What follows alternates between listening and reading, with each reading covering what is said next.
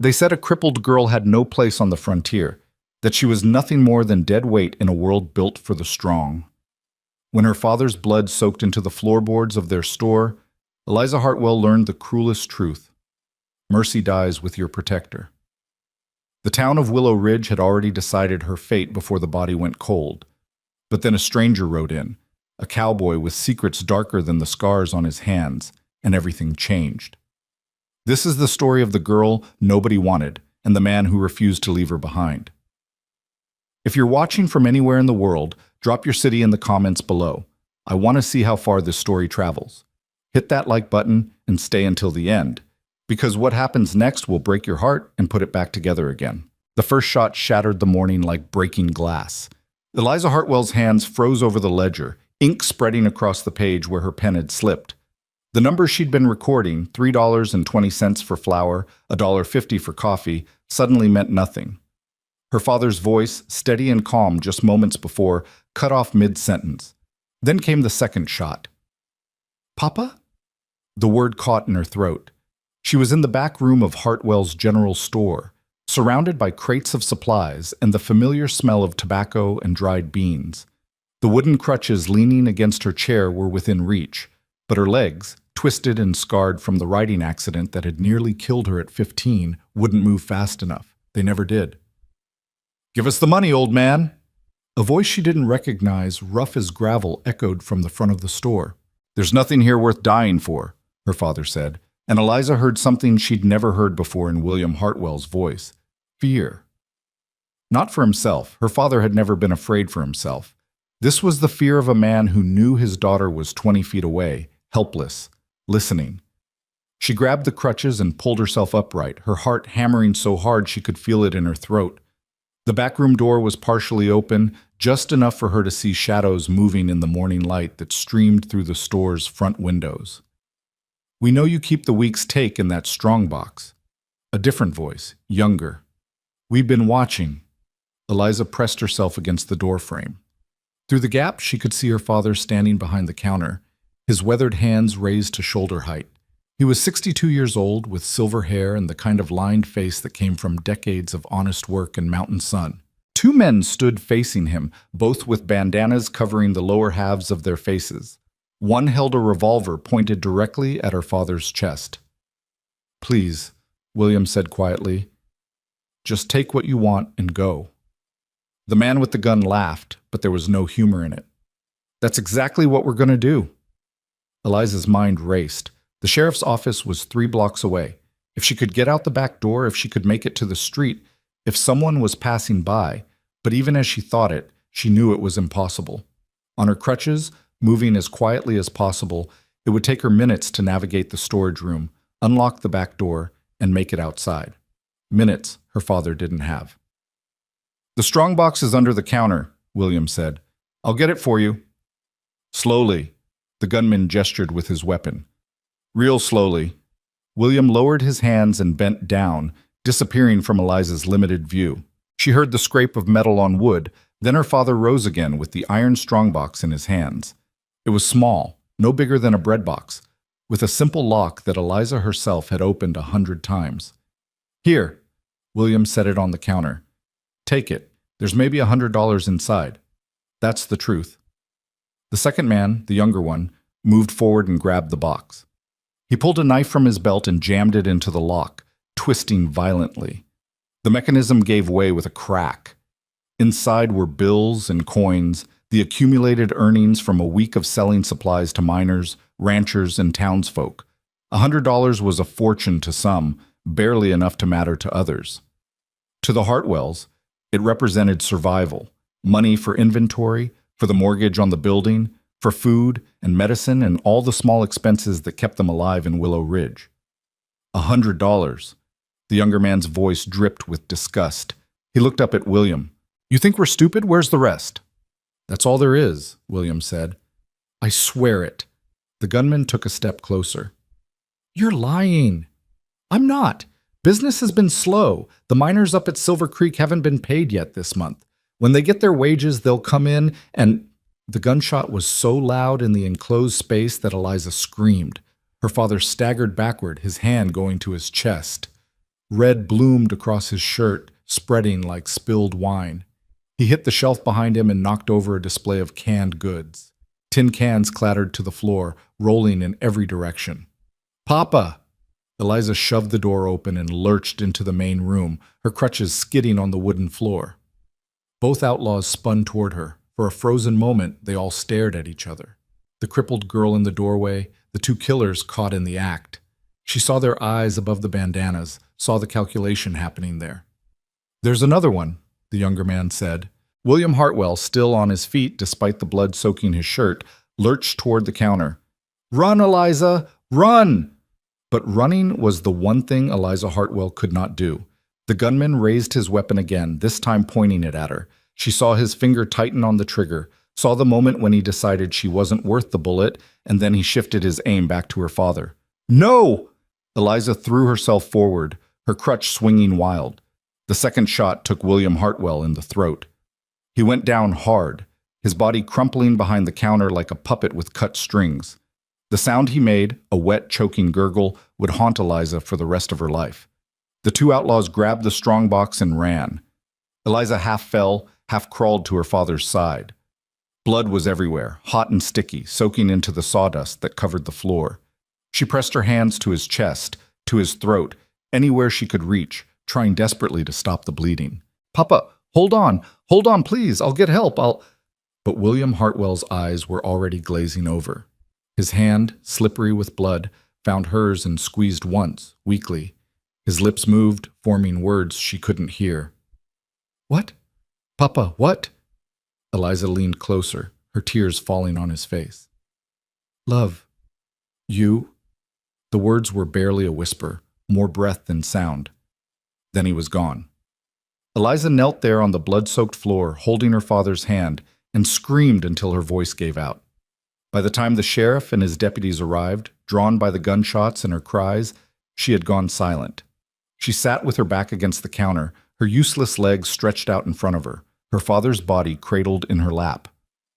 Sheriff Tom Briggs, a heavy-set man with tobacco-stained whiskers, took one look at the scene and cursed. "Who did this?" Eliza's voice came out flat, dead. "Two men, bandanas. They took the strongbox."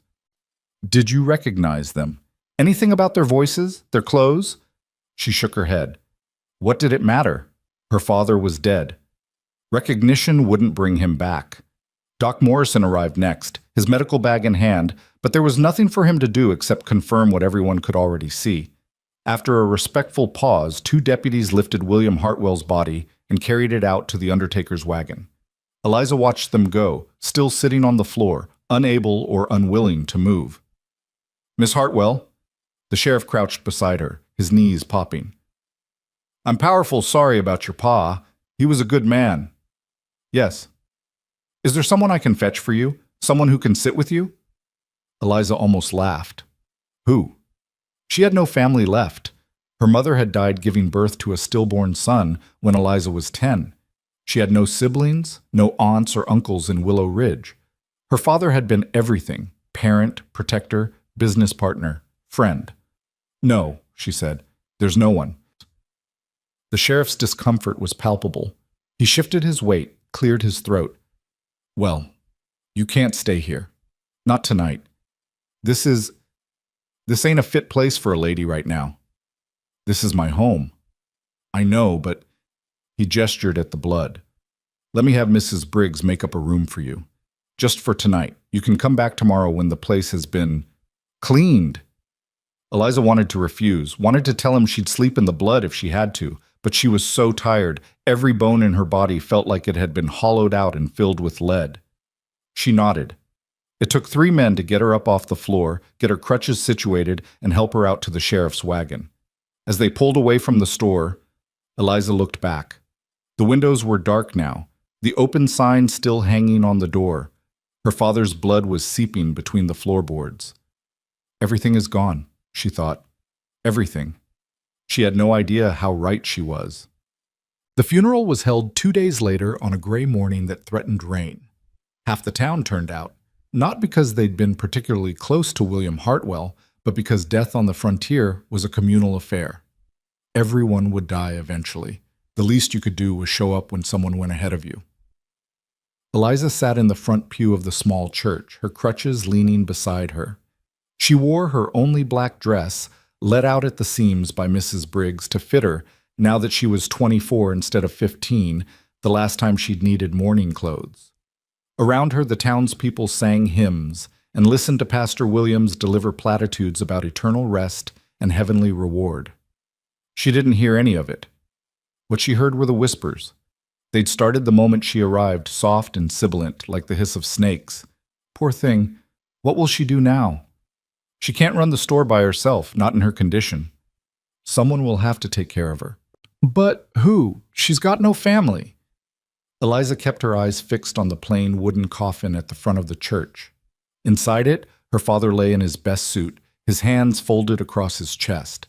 The undertaker had done a decent job cleaning him up, but Eliza couldn't unsee the blood, couldn't unfeel the weight of his body going limp in her arms. After the service, they processed to the cemetery on the hill overlooking town. The grave had been dug beside Eliza's mother's plot, a reunion in death, if you believed in such things. Eliza wasn't sure what she believed anymore. As the coffin was lowered into the earth, she heard more whispers. She'll have to sell the store, of course. Who'd buy it? Place is probably cursed now. The bank will foreclose, mark my words. When the last shovel of dirt had been thrown and the last prayer said, people began to drift away. A few offered their condolences to Eliza, quick, awkward words accompanied by even more awkward pats on the shoulder. Most simply avoided her eyes. Then Thomas Blackwood approached. Blackwood was one of Willow Ridge's town councilmen, a prosperous merchant who owned the competing general store on the other side of town. He was in his 50s, well-dressed, with the kind of smooth confidence that came from never having known real hardship. "Miss Hartwell," he said, removing his hat, "my deepest sympathies." "Thank you, Mr. Blackwood. I wonder if I might have a word with you about your situation." Eliza's hands tightened on her crutches. "What situation is that?" "Well," he glanced around as if checking to make sure others were listening. They were. "The matter of your father's store and your own circumstances." "My circumstances," Eliza repeated, her voice flat. "The council has been discussing it, and we believe it would be best, for everyone, you understand, if arrangements were made for your care. Proper arrangements." "I don't need arrangements. I have a home and a business." Blackwood's smile was practiced, patronizing. "Miss Hartwell, please be reasonable. You can't possibly run the store alone, and frankly, the property is valuable. Your father had debts. My father's debts are manageable. The store turns a profit. Perhaps it did when your father was alive to manage it. But now?" He shook his head, the very picture of concerned reasonableness. "A young woman, alone with your limitations. It's simply not practical. The council believes the best course of action would be to sell the property, settle the debts, and use the remaining funds to secure your placement at the state institution in Denver. They have excellent facilities there for people with special needs." The words hit her like a physical blow. An institution. They wanted to lock her away in some miserable building full of the sick and unwanted, out of sight and out of mind. "I don't have special needs, Mr. Blackwood. I have injured legs. My mind works perfectly well." "Of course. Of course. No one is suggesting otherwise. But you must see," he gestured at her crutches. "You can't take care of yourself. Not really. And there's no one here who can properly look after you. I've been taking care of myself for 9 years. I keep the books for the store. I manage inventory. You hobble around a shop while your father did the real work," Blackwood interrupted, his false kindness slipping. "Let's not pretend otherwise. You're a burden, Miss Hartwell, and now that your father is gone, that burden falls to the town. The council has a responsibility to handle this situation in the most practical manner." Other council members were gathering now. Mayor Walsh, Reverend Williams, and Samuel Gates, the banker. They formed a wall of respectability, of civic duty, of men who knew what was best. "The decision has been made," Mayor Walsh said. "We'll give you a week to gather your personal belongings. The store and property will be auctioned to settle debts. You'll be on the Denver stage 2 weeks from today." Eliza looked from one face to another, searching for any hint of compassion, any willingness to listen. She found nothing but determination and discomfort. They'd already decided. She was damaged goods, a problem to be solved, a burden to be removed. "You can't do this," she said, hating the tremor in her voice. "That's my home. My father built that business from nothing.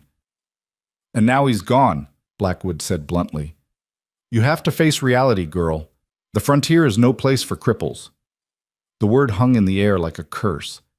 Several of the townspeople who'd been lingering nearby looked away, embarrassed but not disagreeing. This was how it was, their silence said. This was how it had to be. Eliza felt something break inside her chest, not her heart, that had already shattered when her father died. This was something deeper, some last fragile hope that the world might be fair, that people might be kind, that her life might be worth something despite her broken body. "I won't go," she whispered. "You don't have a choice," Mayor Walsh said, not unkindly. "We'll make this as easy on you as we can, but the decision is final." They left her there, standing beside her father's fresh grave, with her crutches sinking slowly into the soft earth. The few remaining townspeople drifted away, their duty done, their consciences clear. She was alone. The first drops of rain began to fall. Eliza spent that night in the room above the store, surrounded by her father's things. His coat still hung on the hook by the door. His tobacco pouch sat on the table, half full. The imprint of his head was still visible on his pillow. She didn't sleep. Instead, she sat by the window and watched the rain turn the street into a river of mud. In 2 weeks, she'd be gone from this place. In 2 weeks, everything her father had built would belong to someone else. In 2 weeks, she'd be locked away in an institution, treated like a child or an invalid, forgotten. No. The thought came from somewhere deep and fierce inside her. No. She wouldn't accept this. She couldn't. But what choice did she have? The council controlled everything. They could evict her, sell the property, ship her off to Denver. She had no legal standing, no money beyond what was in the store's accounts, no family to speak for her. She was exactly what Blackwood had called her, a burden. The rain fell harder. Eliza pressed her forehead against the cool glass and closed her eyes. "I don't know what to do, Papa," she whispered. "Tell me what to do." But her father was gone, and the dead offered no counsel. Morning came gray and cold. Eliza woke slumped in the chair by the window, her neck stiff and her legs aching. The rain had stopped, leaving the world washed clean and dripping. She made herself get up, get dressed, go through the motions of living. The store was closed, would remain closed according to the council's orders, until the auction. But Eliza unlocked it anyway and went inside. Someone had cleaned up the blood while she was at the sheriff's house that first night. The floor was spotless, the overturned shelves righted, the scattered cans returned to their places. It looked exactly as it had before the robbery, except for the emptiness. Her father wasn't behind the counter. He'd never be behind the counter again. Eliza took her usual seat at the small desk where she kept the ledgers and stared at the columns of numbers. Everything was here: receipts, orders, accounts payable and receivable. The business was sound. Her father had been a careful man, never overextending, always planning for lean times. With proper management, the store could provide a modest but reliable income for years. But no one believed she could provide that management. The door opened with a jingle of bells.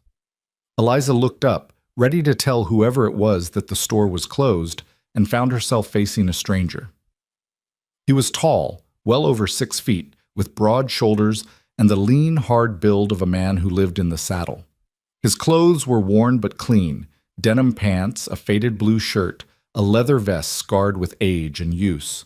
A gun hung low on his hip, tied down like he knew how to use it. His face was weathered, probably in his mid-30s, with eyes the color of creek water, and a few days' worth of dark stubble on his jaw. But what struck Eliza most was the way he looked at her. Not with pity, not with disgust, not with the calculation of someone measuring her worth and finding it wanting. He simply looked at her the way you'd look at any other person. "We're closed," Eliza said. Door was unlocked. His voice was low, rough at the edges. "I'm looking for supplies, trail rations, coffee, ammunition, if you've got it." "The store's closed," she repeated. There's another general store on... I know about Blackwood's place. I'd rather give my money to someone else. Eliza studied him. You know Mr. Blackwood? Met him yesterday when I rode in. Didn't care for him much. The stranger stepped further into the store, his boots quiet on the floorboards. He glanced around with the air of someone cataloging inventory. Heard about what happened here, your father. I'm sorry. Thank you. Also heard the council's planning to run you out. Eliza's hands clenched in her lap. News travels fast. Small town, walls have ears. He picked up a can of peaches, examined it, set it back precisely where it had been. Seems to me a woman who can keep books and manage inventory can run a store just fine. Legs don't have much to do with it. Something in Eliza's chest loosened, just a fraction. You'd think that. The council disagrees. The council sounds like a pack of fools. Despite everything, Eliza felt the corner of her mouth twitch, almost a smile. Are you always this blunt with strangers? Generally, yes. He turned to face her fully. Name's Caleb Rowe. I'm a drover, mostly. Move cattle up from Texas to the railheads, sometimes work as a ranch hand or trail guide. I've been on the trail for 3 months, and I'm low on supplies. If you'll sell to me, I'll buy. If not, I'll move on. There was something almost hypnotic about his directness. No pretense, no games, just plain speaking. Eliza found herself wanting to trust him, which was dangerous. She'd learned the hard way that trust was a luxury she couldn't afford. Why do you care about giving your money to me instead of Blackwood? Caleb shrugged. Like I said, didn't care for him. Plus, I've got a stubborn streak. When I see someone getting pushed around for no good reason, it rubs me wrong. You don't even know me. Don't have to. I know injustice when I see it. He paused. Look, I'm not asking for charity, and I'm not offering any. Just commerce. You've got what I need, I've got money. Simple as that. Eliza considered. The council had told her to keep the store closed, but they didn't own it yet. Not for another 2 weeks. Until then, it was still hers, still her father's legacy. Why shouldn't she sell to whoever walked through the door? All right, she said. Tell me what you need. They spent the next 20 minutes assembling supplies. Caleb proved to be a knowledgeable buyer, selecting items with care, asking intelligent questions about quality and price. He moved through the store with an easy competence, reaching high shelves without being asked, gathering items into a neat pile on the counter. Eliza tallied everything in the ledger, her pen scratching across paper. When she announced the total, $12.30, Caleb counted out coins without hesitation. You're good at this, he said as she recorded the transaction. I've been doing it since I was 15. The accident. It wasn't a question.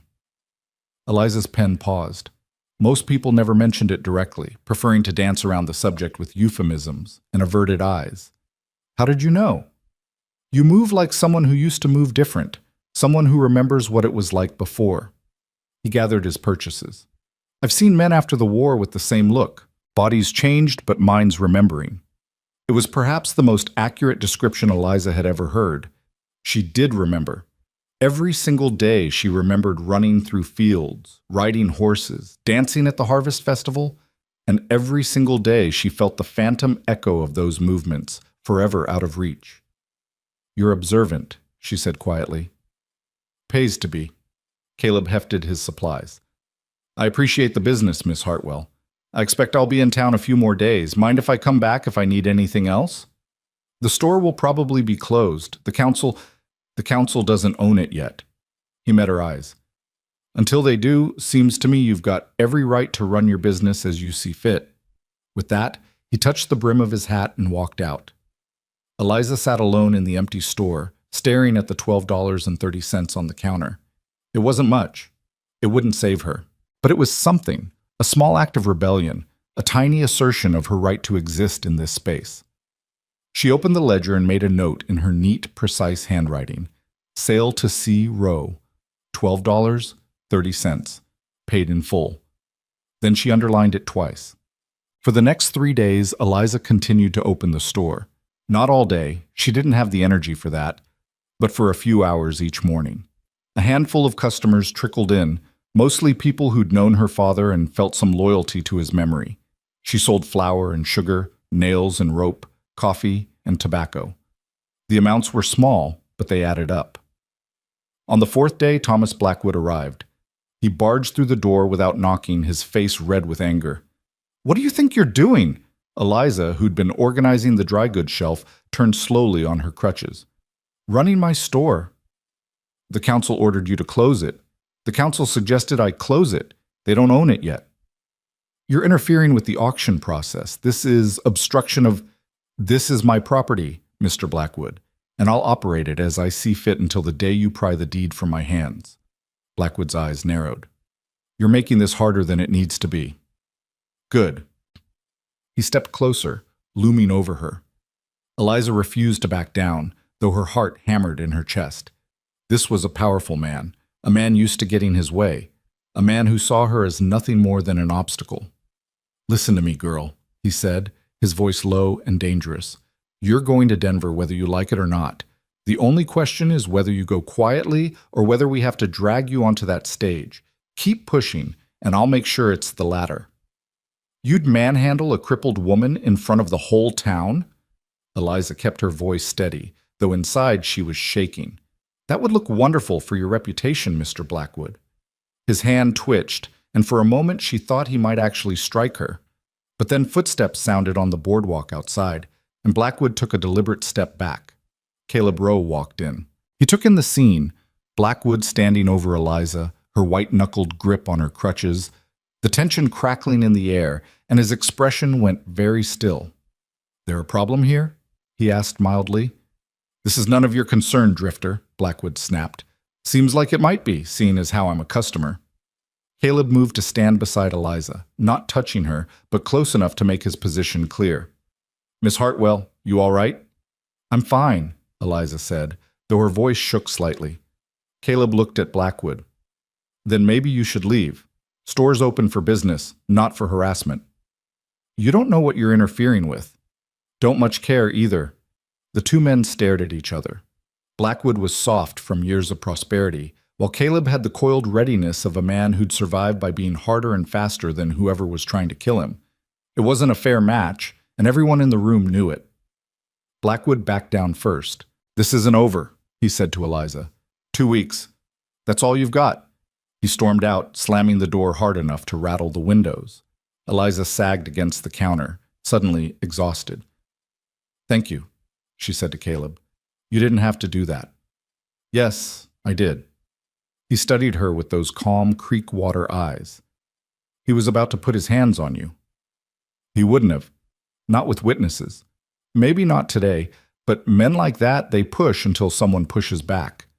Caleb leaned against the counter. "I meant what I said before. This is an injustice. You're being railroaded because you don't fit their idea of what a woman should be, what a business owner should be. It's wrong." Eliza laughed, but there was no humor in it. "Wrong doesn't matter much when you're powerless. You're not powerless.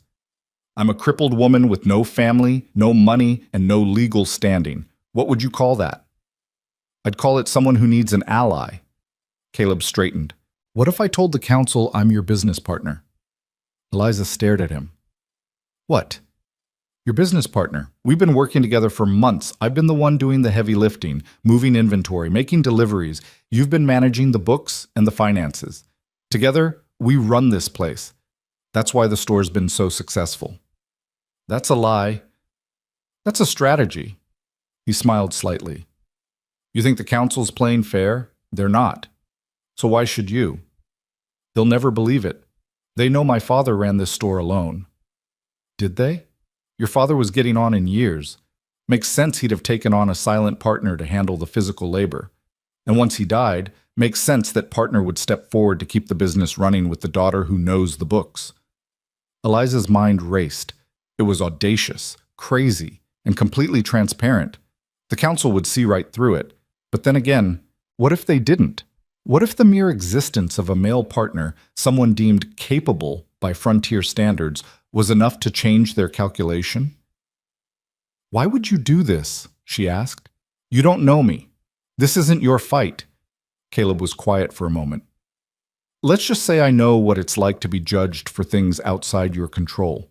And I know what it's like when no one stands up for you. I'm standing up for you, Miss Hartwell. Question is, will you let me? It was a risk.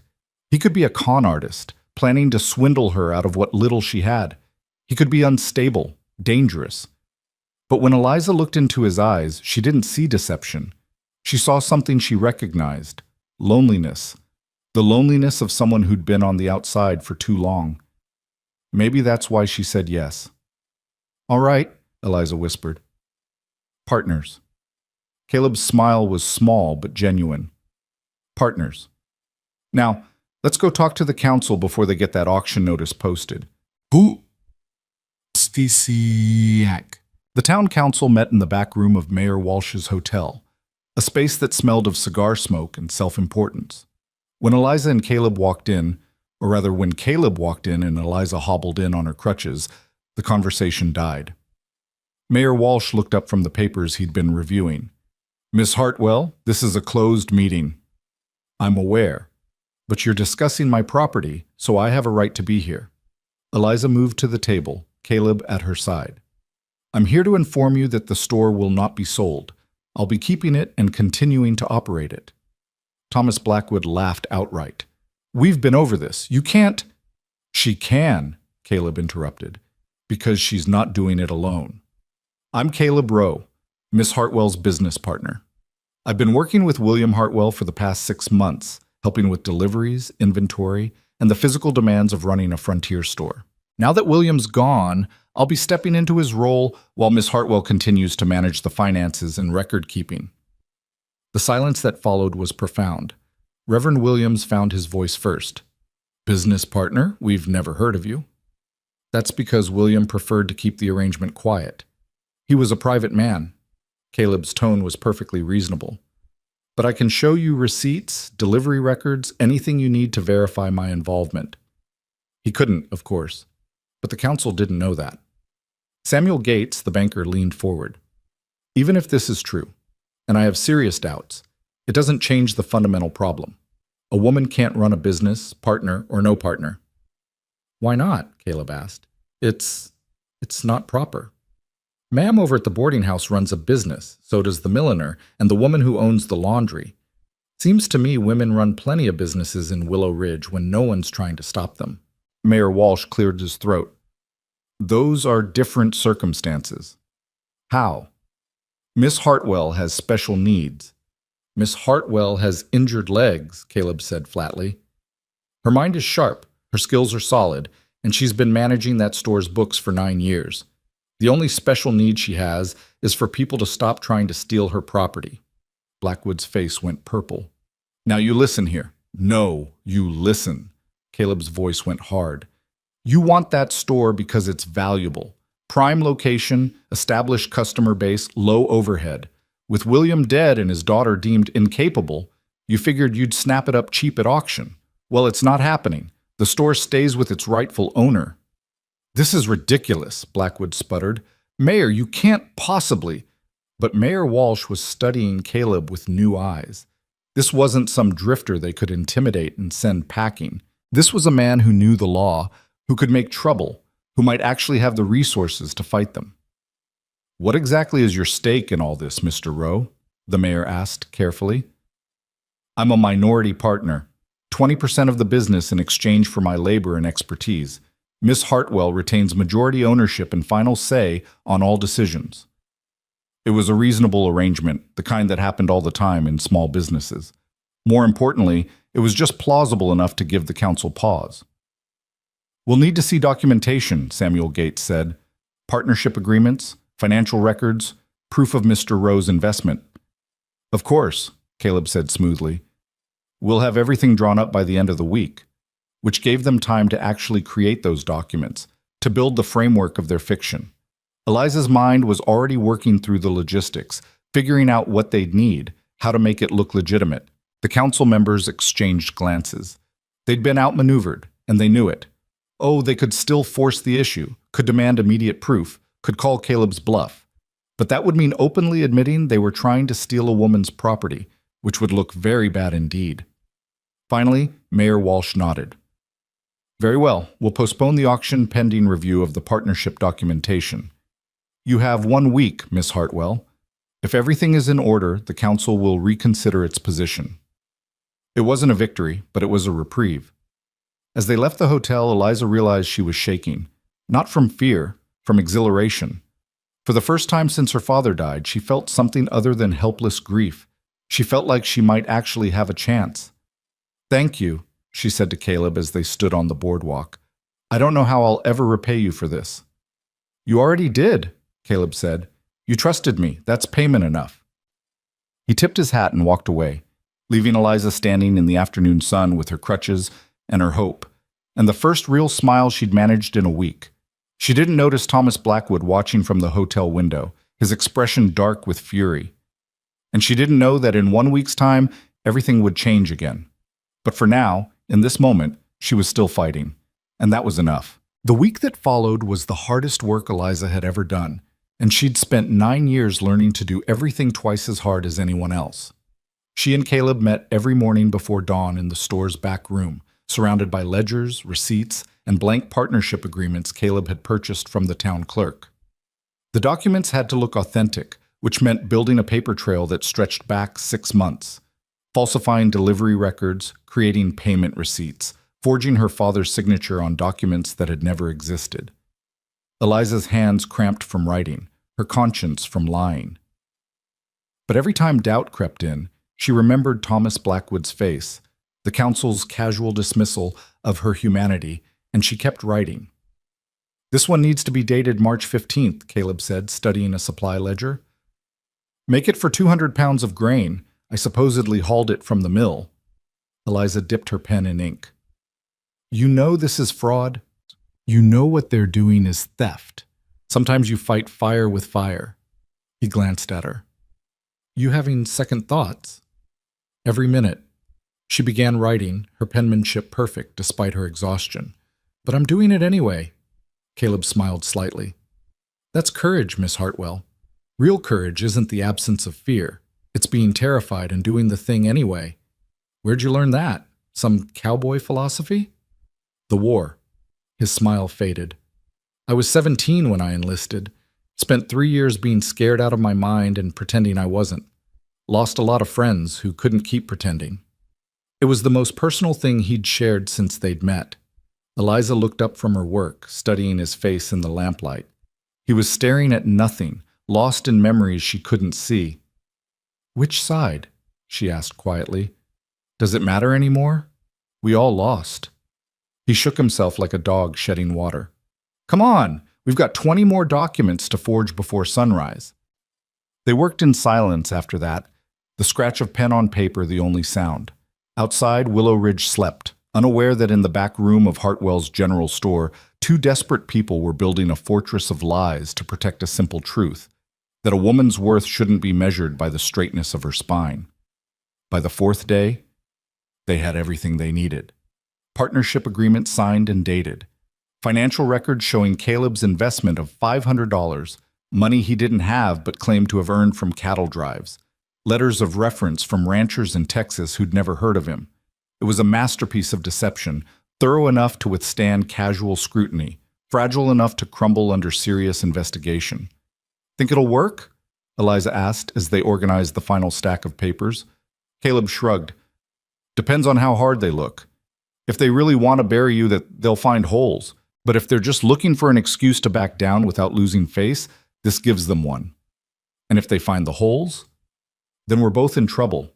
Fraud, forgery, conspiracy to defraud the town council. Could mean jail time." He met her eyes. "I'm willing to take that risk. Question is, are you?" Eliza thought about the institution in Denver, about spending the rest of her life in a room full of people society had discarded, treated like a child, denied agency over her own existence. She thought about her father's blood soaking into the floorboards, about his final words, about the promise she'd made to herself standing over his grave. "Yes," she said, "I'm willing." "Good." Caleb gathered the documents into a leather portfolio. "Then let's go give the council something to chew on." But as they headed for the door, Eliza noticed something she'd missed before. Caleb's gun belt, usually worn loose and easy, was cinched tight. His coat was unbuttoned despite the morning chill, giving him quick access to the weapon on his hip. His eyes kept flicking to the windows, the door, the shadows. "What's wrong?" she asked. "Probably nothing." "You're a terrible liar, Mr. Rowe. What's wrong?" He hesitated, then sighed. "I saw someone yesterday. Man I knew from before. He didn't see me, or at least I don't think he did. But if he's in town, others might be too." "Others who want to hurt you?" "Others who want me dead, more specifically." Caleb's tone was matter-of-fact, like he was discussing the weather. "I told you I'm a drover." "That's true. But it's not the whole truth. I've got history, Miss Hartwell. Bad history. And history has a way of catching up." Eliza's stomach clenched. "Should I be worried?" "Not yet. Maybe not ever. I'm probably being paranoid." But his hand rested on his gun as he scanned the empty street. "Come on, let's get this over with." They walked to the mayor's hotel in silence, Eliza's crutches tapping a steady rhythm on the boardwalk, Caleb's boots silent beside her. The morning was cold and clear, the kind of day that promised warmth later but bit with frost now. A few early risers were out, the baker carrying loaves to his shop, a rancher loading supplies into his wagon. But most of Willow Ridge still slept. The council was waiting in the same back room, the same men in the same chairs, like actors performing the same play. But there was a new tension in the air now, a wariness that hadn't been there before. Mayor Walsh gestured to two empty chairs. "Please, sit." Eliza lowered herself into one, balancing her crutches against the table. Caleb remained standing, the portfolio under his arm. "You have the documents?" Samuel Gates asked. "Everything you requested." Caleb placed the portfolio on the table and opened it, revealing the neat stack of papers inside. Partnership agreements, financial records, letters of reference, proof of investment. It's all there. The banker reached for the documents and began examining them with the meticulous attention of a man who'd spent his life finding errors in other people's paperwork. The minutes stretched. Eliza forced herself to breathe slowly, evenly, to keep her hands still in her lap. Beside her, Caleb was a statue carved from stone. Finally, Gates looked up. "These appear to be in order." Thomas Blackwood snatched the papers from his hands. "Let me see those." He read through everything twice, his scowl deepening with each page. Eliza could see the moment he found something, could see the triumph flash across his face. "This letter of reference," he said, holding up one of the forged documents. "It's from the Double R Ranch in Texas, dated last September. Claims Mr. Rowe worked a cattle drive for them." He looked at Caleb. "The Double R Ranch burned down 2 years ago. Everyone in the cattle business knows that."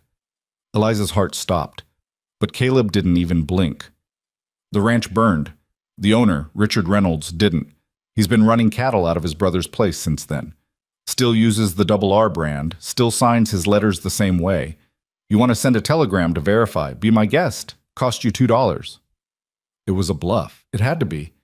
But Caleb delivered it with such perfect confidence that even Eliza almost believed him. Blackwood's mouth opened, closed. He looked down at the letter again, uncertainty flickering across his features. To send the telegram and have Caleb's story confirmed would make Blackwood look like a fool. But to let it pass without checking.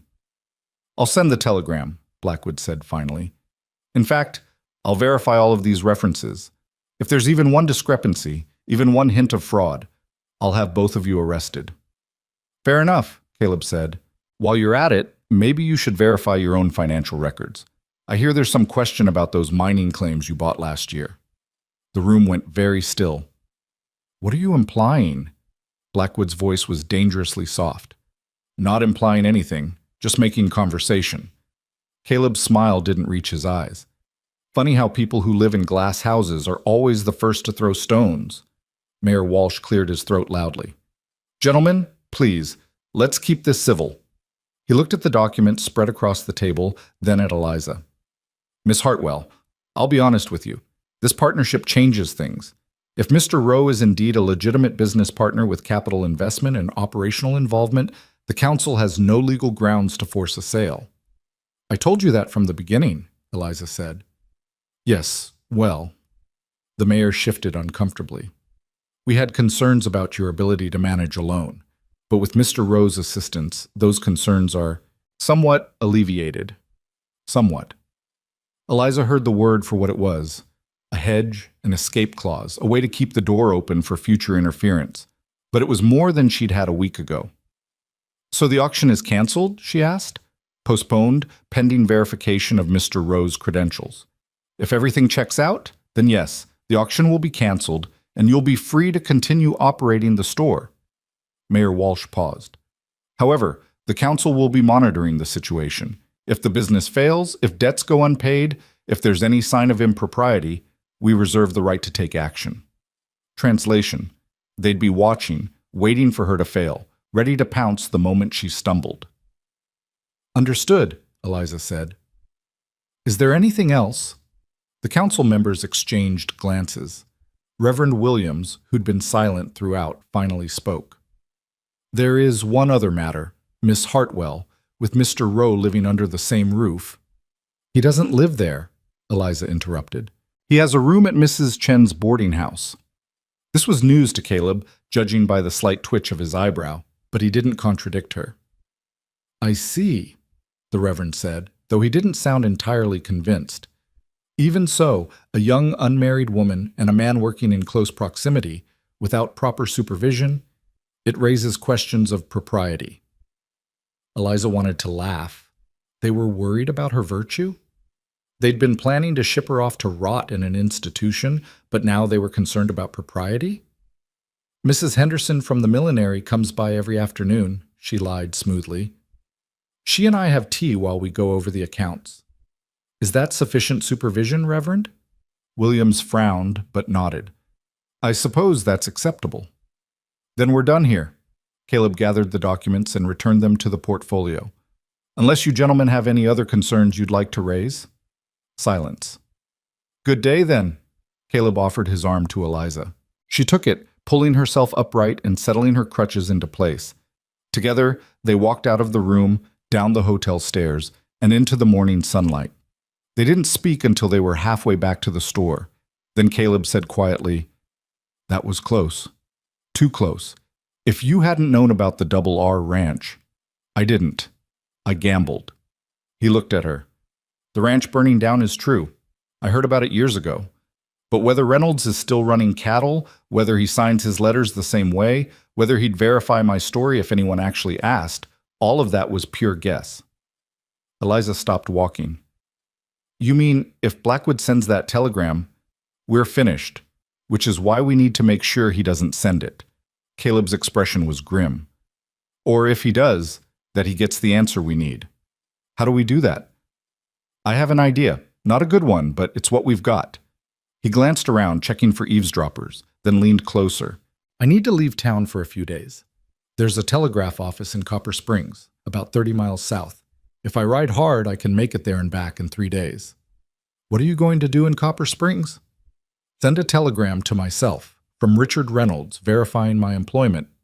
Caleb's smile was humorless. "Then I'm going to bribe the telegraph operator to remember it if anyone asks." "That's fraud, yes. Add it to the list." He straightened. "Can you hold things down here while I'm gone?"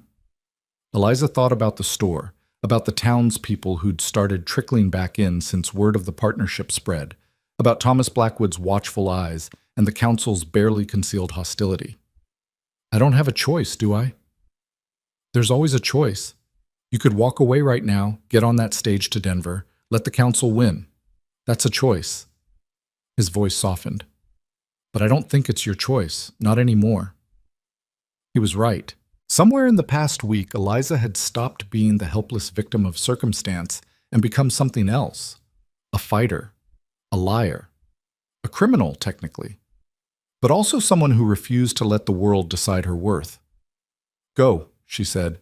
"I'll manage. Keep the doors locked at night. Don't let anyone in you don't trust." Caleb hesitated, then pulled his gun from its holster and held it out to her. "Take this." Eliza stared at the weapon. "I don't know how to use it." "Point it at whatever you want dead and pull the trigger. That's the basics." When she didn't take it, he added, "Please, I'll feel better knowing you have it." Reluctantly, Eliza accepted the gun. It was heavier than she'd expected, cold and solid in her hand. The weight of it made everything feel suddenly, terrifyingly real. "I'll be back in 3 days," Caleb said. 4 at the most. If I'm not back by then, don't say that. If I'm not back, go to the sheriff. Tell him everything. The forgeries, the fraud, all of it. Better to face charges than to face what might be coming if things go wrong. What might be coming? Eliza gripped his arm. Caleb, what aren't you telling me? Nothing you need to worry about yet. He gently removed her hand from his sleeve. Just be careful. Trust your instincts. And if anything feels wrong, anything at all, get somewhere safe. Before she could ask more questions, he was gone, striding toward the livery stable where he'd boarded his horse. Eliza watched him go, the gun heavy in her hand, and felt the first real stirrings of fear. What had she gotten herself into? The next 2 days passed in a strange, suspended tension. Eliza opened the store each morning and closed it each evening, serving customers who pretended not to stare at her, who whispered when they thought she couldn't hear. She kept the ledgers, organized inventory, and tried not to think about Caleb riding hard toward Copper Springs on an errand of fraud and deception. Mrs. Henderson did not, in fact, come by for tea, but Mrs. Chen from the boarding house did, bringing soup and bread and curious questions about Mr. Rowe. He's a good man, the elderly Chinese woman said, settling into the chair across from Eliza's desk. Quiet, pays his rent on time, but troubled, yes? I see it in his eyes. We're all troubled, Mrs. Chen. Some more than others. The old woman's gaze was sharp despite her age. You be careful with that one, Miss Eliza. He has the look of a man running from something. Or toward something, Eliza murmured. Same thing, sometimes. Mrs. Chen patted her hand. But he stood up for you. That counts for much. Just keep your eyes open. That night, Eliza locked the store's doors and windows, checked them twice, then carried Caleb's gun upstairs to her room. She set it on the nightstand within easy reach and lay in bed staring at the ceiling, listening to every creak and groan of the old building. Sleep came in fits and starts, punctuated by dreams of her father's blood and shadowy figures at the window. On the morning of the 3rd day, Thomas Blackwood came calling. Eliza was opening the store, struggling with the heavy shutters that covered the windows, when his carriage pulled up outside. He climbed down, impeccably dressed as always, and crossed the boardwalk with the confidence of a man who owned everything he surveyed. Miss Hartwell. Working alone, I see. Mr. Rowe is away on business. Eliza kept her voice level. Was there something you needed? Just checking on your operation, making sure everything is running smoothly. His smile was cold. Where's your partner exactly? Copper Springs, meeting with suppliers. Copper Springs. Blackwood savored the words. Interesting. I sent telegrams yesterday to all the references in Mr. Rowe's documentation. Haven't heard back yet, but I expect to soon. Eliza's blood ran cold, but she kept her expression neutral. I'm sure you will. Mr. Rowe's credentials are impeccable. We'll see. He stepped closer, invading her space in a way that made her skin crawl. You know, Miss Hartwell, this would all be much easier if you just accepted reality. You can't win. Sooner or later, your little charade will fall apart, and when it does, you'll face consequences far worse than a trip to Denver. Are you threatening me, Mr. Blackwood? I'm warning you. There's a difference. He glanced around the store, his expression calculating. This building, this inventory, it's worth quite a bit. I'm prepared to make you a fair offer. Sell to me now, walk away with enough money to start fresh somewhere else, and I'll forget about the fraud you and your partner are clearly committing. The answer is no. You're making a mistake. That's my right. Now please leave. I have work to do. Blackwood's jaw tightened. For a moment, Eliza thought he might actually lose his temper, might drop the pretense of civility and show her who he really was, but then he smiled again, that cold, calculated smile. Very well. But don't say I didn't give you a chance. He tipped his hat mockingly. Good day, Miss Hartwell. I'll be in touch when the telegrams arrive.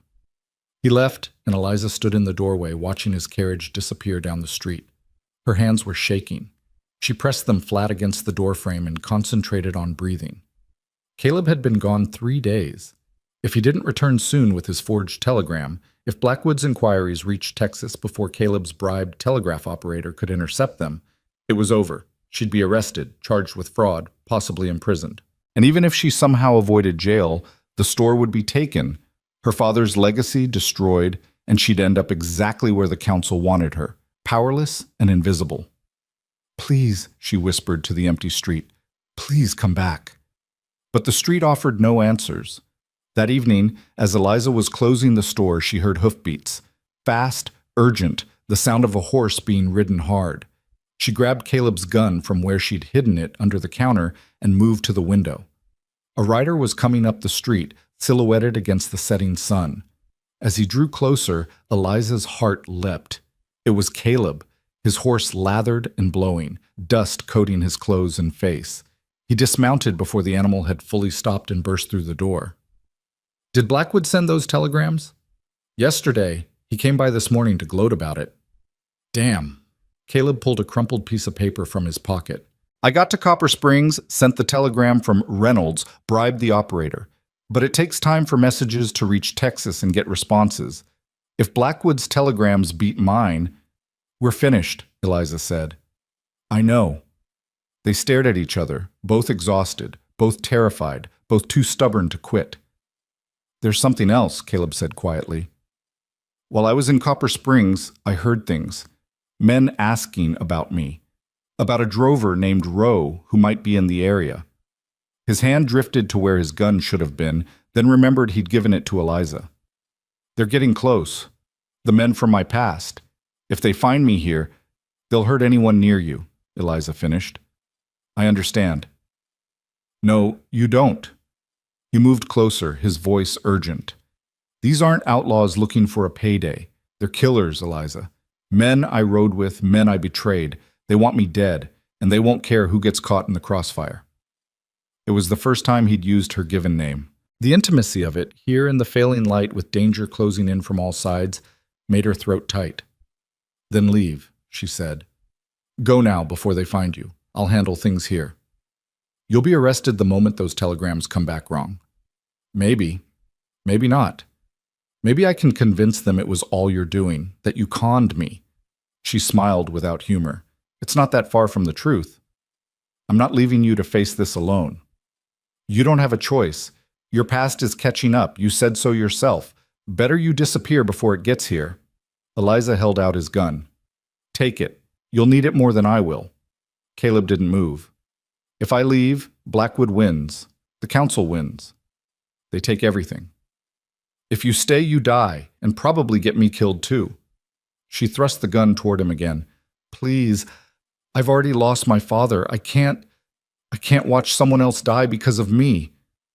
"This isn't because of you, isn't it? If you hadn't stopped to help a crippled girl, you'd be long gone by now, safe." "I'd be alone," Caleb said quietly. "I've been alone for 5 years, Eliza. Running, hiding, never staying anywhere long enough to matter. You gave me something I forgot I could have, a purpose, a reason to stand still." Tears burned in Eliza's eyes. "Don't say things like that." "Why not? It's the truth." He reached out and gently took the gun from her hand, but instead of holstering it, he set it on the counter between them. "I'm not leaving. We started this together. We'll finish it together, whatever comes." "That's insane." "Probably." His smile was crooked, tired, real. "But I've done a lot of insane things in my life. This is the first one that feels right." Outside, the sun slipped below the horizon, painting the sky blood red. In the gathering darkness, Eliza and Caleb stood on opposite sides of the counter, two people bound together by lies and desperation and something else, something fragile and new and terrifying. "All right," Eliza whispered. "Together. Together." Neither of them saw the figure watching from across the street, a man with hard eyes and a scarred face, his hand resting on the gun at his hip. Neither of them knew that the next morning would bring more than just Blackwood's telegrams. It would bring reckoning. But for now, in this moment, they had each other. And in a world that had taken so much, that was almost enough to feel like hope. The man with the scarred face walked into Hartwell's general store at 10 o'clock the next morning, just as Eliza was helping Mrs. Patterson select fabric for a new dress. He didn't announce himself, didn't make a sound, but Eliza felt his presence the way you feel a storm building on the horizon. She looked up from the bolt of calico and went very still. He was tall and rangy, somewhere in his 40s, with a face that looked like it had been put through a meat grinder and reassembled wrong. A thick scar ran from his left eyebrow down to his jaw, pulling his mouth into a permanent sneer. His clothes were trail-worn, but his boots were expensive, and the gun on his hip had the oiled shine of a tool used often and maintained well. "Help you?" Eliza kept her voice steady, though her heart was hammering. The man's eyes swept over her, lingering on her crutches with neither pity nor disgust, just cold assessment. Then he smiled, and it was worse than if he'd scowled. "Looking for someone. Man named Caleb Rowe. Heard he might be around these parts." Mrs. Patterson made a small, frightened sound and clutched her fabric closer. The scarred man glanced at her, and whatever she saw in his face made her drop the calico and hurry out of the store without another word. "Don't know anyone by that name," Eliza lied. "That's so." The man moved deeper into the store, his movements casual but purposeful, like a wolf circling prey. "Funny, telegraph operator in Copper Springs said a man matching Caleb's description came through 3 days ago. Paid good money to send a telegram and keep quiet about it. Only problem is Jake, that's the operator, he talks when he drinks, and I bought him a lot of drinks." Eliza's blood turned to ice. If this man knew about Copper Springs, knew about the telegram, then he knew everything. Their careful fraud, their desperate gamble, all of it was about to come crashing down. "I run a store," she said carefully. "Lots of people come through, can't remember everyone." "You'd remember Caleb. He's memorable." The scarred man picked up a can of peaches, examined it, set it back. "Used to ride with my crew 5 years back. Good with a gun, better with horses. Smart enough to know when to keep his head down." The smile faded. "Until he wasn't." "I'm sorry, but I really can't help you." "See, I think you can." He moved to the counter, placed both hands flat on the surface, leaned forward. "I think Caleb's been here. I think maybe he's still here, and I think you know exactly where to find him." "You need to leave." Eliza reached under the counter where she'd hidden Caleb's gun that morning, her fingers closing around the grip. "Now." The scarred man saw the movement and laughed. "You gonna shoot me, girl? With those shaky hands and them crippled legs? You ever even fired a gun before?" "Get out of my store." "Or what? You'll shoot me in front of half the town?" He gestured to the window where faces were already gathering, drawn by the confrontation. "Go ahead, pull that trigger, see what happens." Eliza's finger trembled on the trigger guard. He was right. She'd never fired a gun in her life. And even if she could bring herself to shoot, even if her hand stayed steady enough to aim, killing a man in her store would destroy everything she'd fought for. The back door opened. Caleb walked in, his own gun already drawn, his face absolutely expressionless. "Hello, Dutch." The scarred man straightened slowly, his hands moving away from the counter. "Caleb, been a long time." "Not long enough." "Now that hurts my feelings." Dutch's grin was sharp as broken glass. "After all we've been through together, all them jobs we pulled, all them miles we rode, that's how you greet an old friend?" "We're not friends. We never were." Caleb moved to stand between Dutch and Eliza, his gun steady. "How'd you find me?" "Same way I always find people. Asked questions, followed leads, paid the right folks." Dutch's eyes flicked to Eliza. "Heard you got yourself a partner now, business partner. That true?" "None of your concern." "Oh, but it is. See, you owe me, Caleb.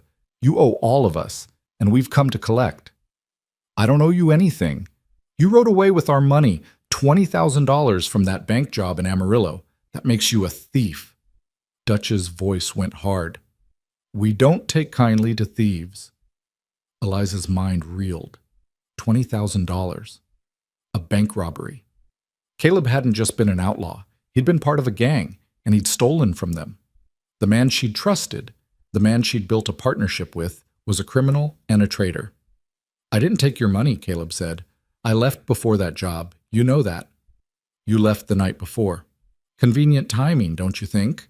Next morning, the bank vault's empty, and so are you. What am I supposed to think?" "Think what you want. I'm not the one who robbed that bank." "Then where were you? Where'd you go?" Dutch took a step forward. Caleb's gun rose slightly in warning, and Dutch stopped. You disappeared, fell off the face of the earth. Man does that, it's because he's got something to hide. I left because I was done. Done with the killing, done with the running, done with men like you. Caleb's voice was quiet but absolute. I walked away to save whatever was left of my soul, and I didn't take a damn thing that wasn't mine. Prove it. I don't have to prove anything to you. They stared at each other, two men with guns and history and hatred between them. The store was silent except for the ticking of the clock on the wall and Eliza's ragged breathing. Finally, Dutch smiled again. Well, guess we're at an impasse then. You say you didn't take the money, I say you did. Only one way to settle it that I can see. You want to draw on me, Dutch, right here, right now. Caleb's voice was calm, almost bored. I'm faster than I used to be, and you were never that fast to begin with. Maybe not, but I didn't come alone. Dutch glanced toward the window. Got 3 boys waiting outside. You might take me, Caleb. Might even take 2 of them, but you won't take all 4. And when you're dead, well, his eyes slid to Eliza. Hate for innocent folks to get caught in the crossfire. It was a threat, clear and simple. Surrender or watch everyone around you die. Leave her out of this, Caleb said. Can't do that. She's involved now. You made her involved the minute you walked into her life. Dutch spread his hands in mock apology. But I'm a reasonable man. Come with us, peaceful-like. We'll ride out of town, have ourselves a conversation about that missing money. If you can convince me you didn't take it, maybe we let you go. Maybe. And if I can't convince you, then you die slow instead of fast. Your choice. Eliza found her voice, though it came out hoarse. Don't go with him, Caleb. He's lying. He'll kill you either way. Smart girl, Dutch said approvingly. Pretty, too. Even with them bad legs. Shame about the accident. What happened? Fall off a horse? Don't talk to her. Caleb's gun hand tightened. Don't even look at her. Touchy, touchy, Dutch tisked. You gone soft on me, Caleb? Catching feelings for the cripple girl? That ain't like you. You used to be ice cold, all business. Now look at you playing house and pretending to be respectable. Last warning, Dutch. Leave. Now. Or you'll what? Shoot me in front of all these witnesses? Dutch gestured to the window again, where the crowd had grown. Eliza could see faces she recognized. Mrs. Chen, the baker, Sheriff Briggs pushing his way through. Go ahead. Pull that trigger. Give these good people something to talk about at Sunday supper. The door opened and Sheriff Briggs stepped in, his hand on his own gun. What's going on here? Just a misunderstanding, Sheriff, Dutch said smoothly. Me and Caleb here, we're old friends catching up. Ain't that right, Caleb? Caleb didn't answer. His eyes never left Dutch. Briggs looked between them, clearly sensing the tension but not understanding its source. That true, Mr. Rowe? This man a friend of yours? It was a test. Caleb could confirm Dutch's story, smooth everything over, buy time. Or he could tell the truth and watch the situation explode. No, Caleb said. We're not friends. This man is threatening Miss Hartwell. I'm asking him to leave. Dutch's smile disappeared. That's a lie, Sheriff. I came in here looking to buy supplies, and this man pulled a gun on me for no reason. That's assault, maybe attempted murder. Is that true, Miss Hartwell? Briggs asked. Eliza's mind raced. If she backed Caleb's story, she'd be accusing Dutch of threatening her, which would require an investigation, statements, possibly a trial. But if she backed Dutch's version, Caleb would be arrested, and Dutch would be free to, what? Kill him in his cell? Or wait until he was released and finish the job then? He's lying, she said, her voice stronger now. This man came in here asking about Caleb. When I said I didn't know anything, he threatened me. That's when Caleb came in. Threatening a lady? Briggs's hand tightened on his gun. That's a serious accusation, ma'am. It's also a serious lie, Dutch said. Check my gun, Sheriff. Still holstered. Haven't drawn it once. How's that a threat? You don't need a gun to threaten someone, Eliza shot back. You implied that if I didn't tell you where to find Caleb, something bad would happen. That's a threat. Briggs looked torn. He was a decent man, but not a clever one. better suited to breaking up bar fights than navigating the subtleties of he said, she said accusations. Look, he said finally, I don't know what's going on between you folks, but I can't have armed men pointing guns at each other in the middle of town. Mr. Rowe, lower your weapon. Not until he leaves, Caleb said. Mr. Rowe, he's got 3 men waiting outside, Sheriff. They're part of his gang. They came here to kill me, and they won't care who gets hurt in the process. Caleb's voice was tight. So I'm not lowering anything until he's gone. Gang? Briggs's eyebrows shot up. What gang? There's no gang, Dutch said. I got some friends traveling with me, sure. But we're honest drovers, looking for work. This man's paranoid, Sheriff. Probably got a guilty conscience about something. That true, Rowe? You got something to feel guilty about? The question hung in the air. Eliza could see the calculation in Caleb's eyes, could see him weighing truth against safety, honesty against survival.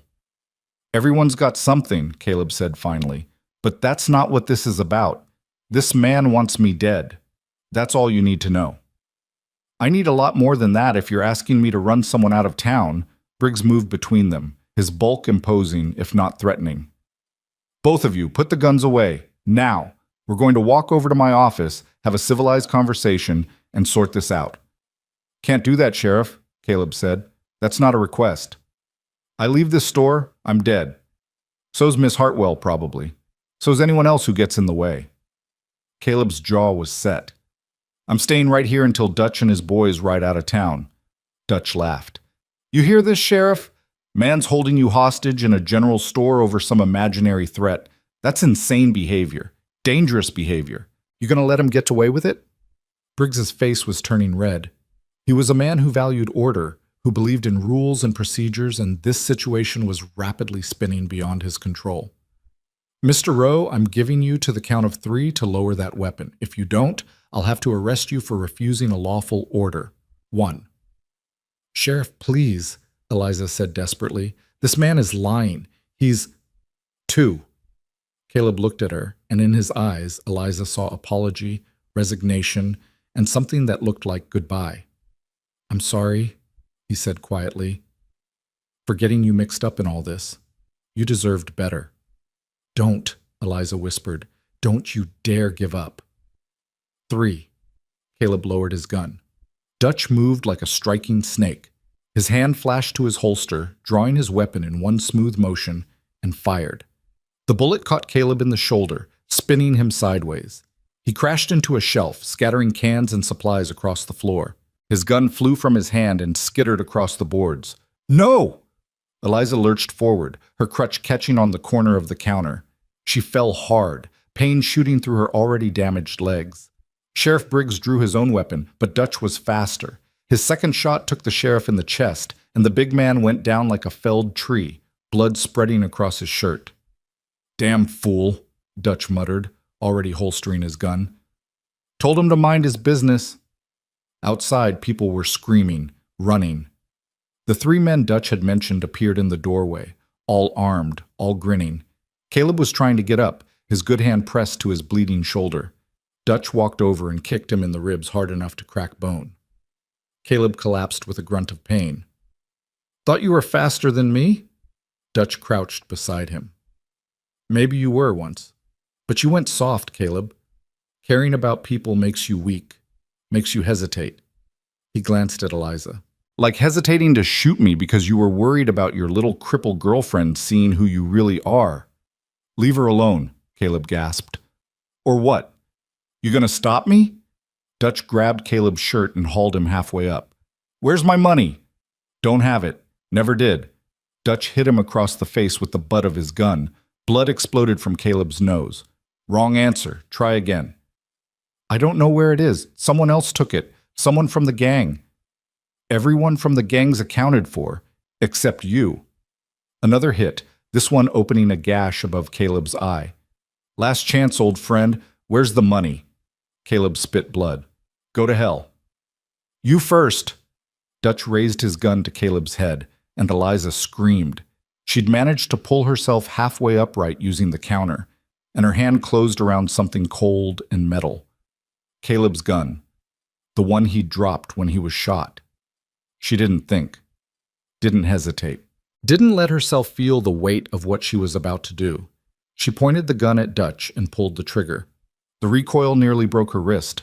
The shot went wild, slamming into the wall 3 feet to Dutch's left. But it was enough. Dutch jerked back, his own shot going high, punching a hole in the ceiling instead of Caleb's skull. "The hell?" Dutch spun toward her, his face twisted with fury. One of the other men grabbed his arm. "Dutch, we gotta go. People heard those shots. Law's gonna be here any minute." "I'm not done with him." "You wanna hang? Move." Dutch looked between Caleb and Eliza, calculation warring with rage. Then he kicked Caleb one more time for good measure and backed toward the door. "This ain't over. You hear me, Caleb? This ain't even close to over. We'll find you again. And next time, your girl won't be there to save you." Then they were gone, the sound of their boots on the boardwalk receding, followed by the thunder of hooves as they rode hard out of town. Eliza dropped the gun and crawled to Caleb's side. "Don't you die! You hear me? Don't you dare die!" He coughed, and blood flecked his lips. "Wasn't planning on it." "You were shot. You need a doctor." "So does the sheriff." Caleb tried to sit up, failed, fell back with a groan. "Is he alive?" Eliza crawled to where Sheriff Briggs lay in a spreading pool of blood. She pressed her fingers to his neck, feeling for a pulse. It was there, thready and weak, but there. "He's alive. Barely.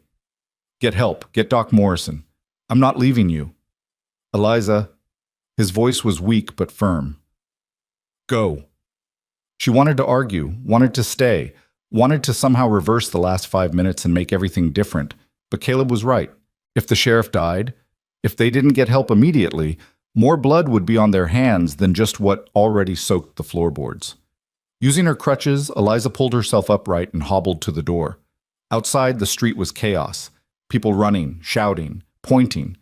She grabbed the nearest person, young Billy Fletcher from the livery stable. "Get Doc Morrison, now. The sheriff's been shot." Billy went white. "Shot? Who?" "Move." He ran. Eliza turned back to the store. Through the window, she could see Caleb lying on the floor, one hand pressed to his shoulder, his face pale as death. She could see Sheriff Briggs's boots, motionless. She could see the destruction, the blood, the evidence of violence that would change everything. Her partnership with Caleb had been built on lies. But in the chaos of the last hour, one truth had crystallized with perfect clarity. She cared about him. More than was wise, more than was safe. And whether he was a thief or a killer, or exactly who he claimed to be, didn't matter as much as the simple fact that he'd stood between her and danger without hesitation. Thomas Blackwood appeared at her elbow. "What happened here?" "Men came looking for Caleb. They shot the sheriff." "And Mr. Rowe?" "He tried to protect me. Protect all of us."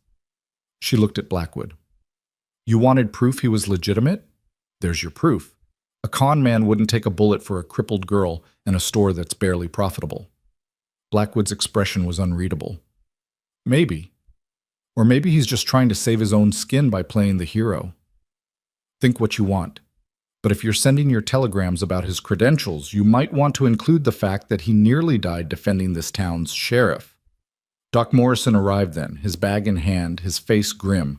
He pushed past them into the store and went immediately to the sheriff, barking orders at the men who'd followed him. "Get me water, get me bandages, get me whiskey, and lots of it." Eliza stood in the doorway watching as Morrison worked, as Caleb was lifted onto a makeshift stretcher and carried out, as the sheriff's massive body was heaved onto another. Both men were alive, but for how long? "Miss Hartwell," Blackwood's voice was quiet. "Those telegrams I sent? The responses came back this morning. Before all this." Her heart stopped. "And?" "Richard Reynolds confirms Caleb Rowe worked for him. So do the other references. Every single one checked out."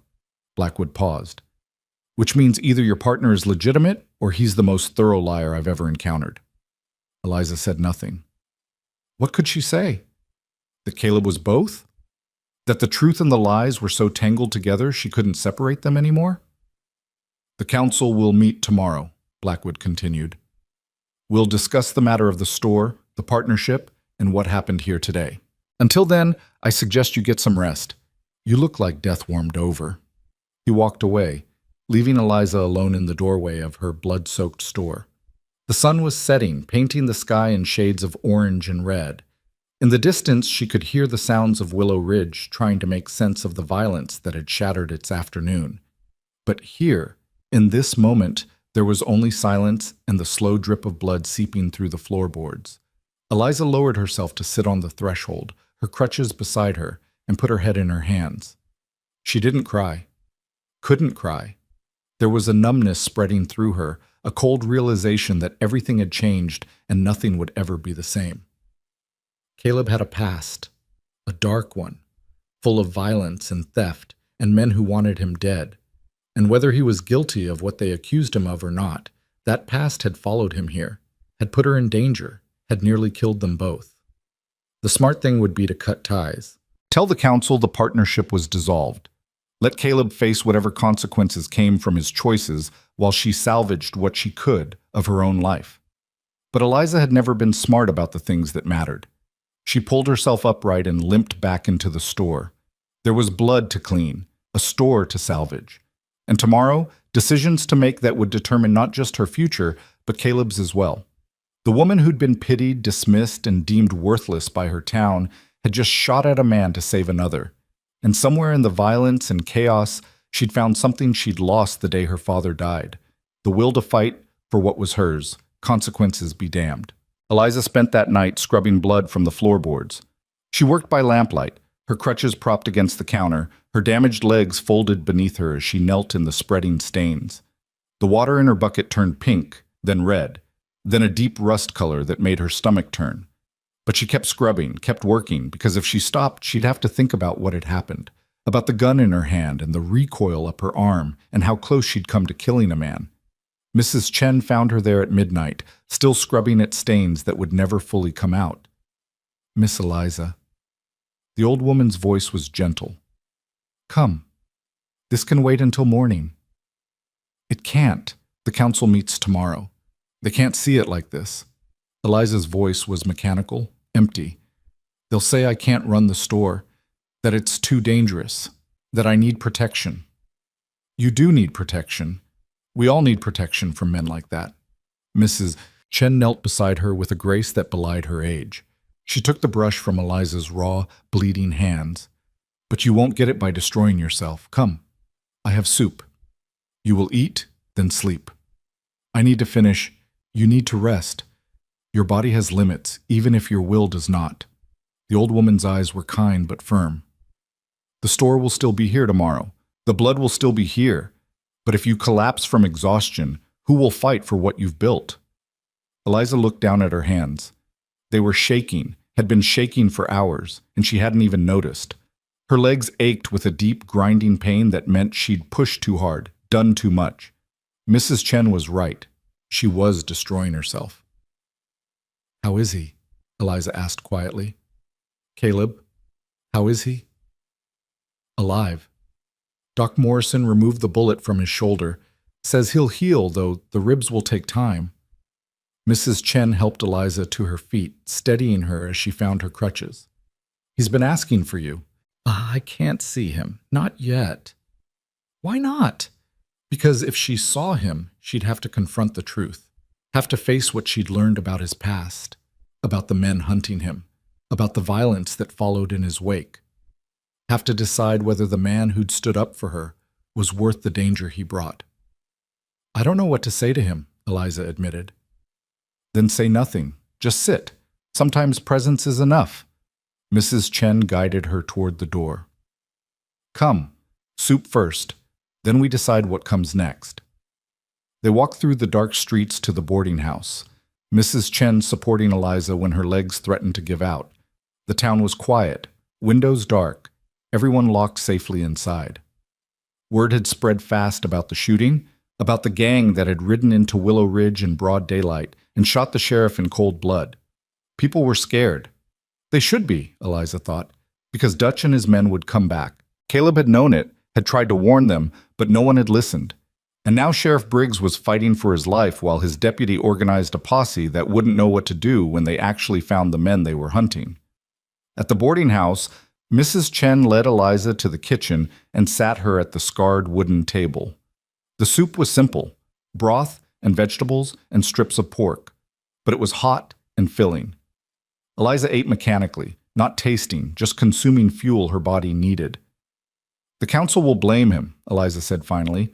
"They'll say Caleb brought this violence to town, that he's dangerous." "Are they wrong?" The question hit harder than Eliza expected. "I don't know. He says he didn't steal the money they're accusing him of. Says he left the gang before that robbery, but Dutch seemed pretty convinced." Men like Dutch are always convinced of something, usually whatever serves them best. Mrs. Chen refilled Eliza's bowl. "The question is not whether Caleb has a past. Everyone has a past. The question is whether you believe he is trying to build a different future." "Does it matter what I believe? If those men come back, then we fight, or we run. But we do not give up what is ours because evil men make demands."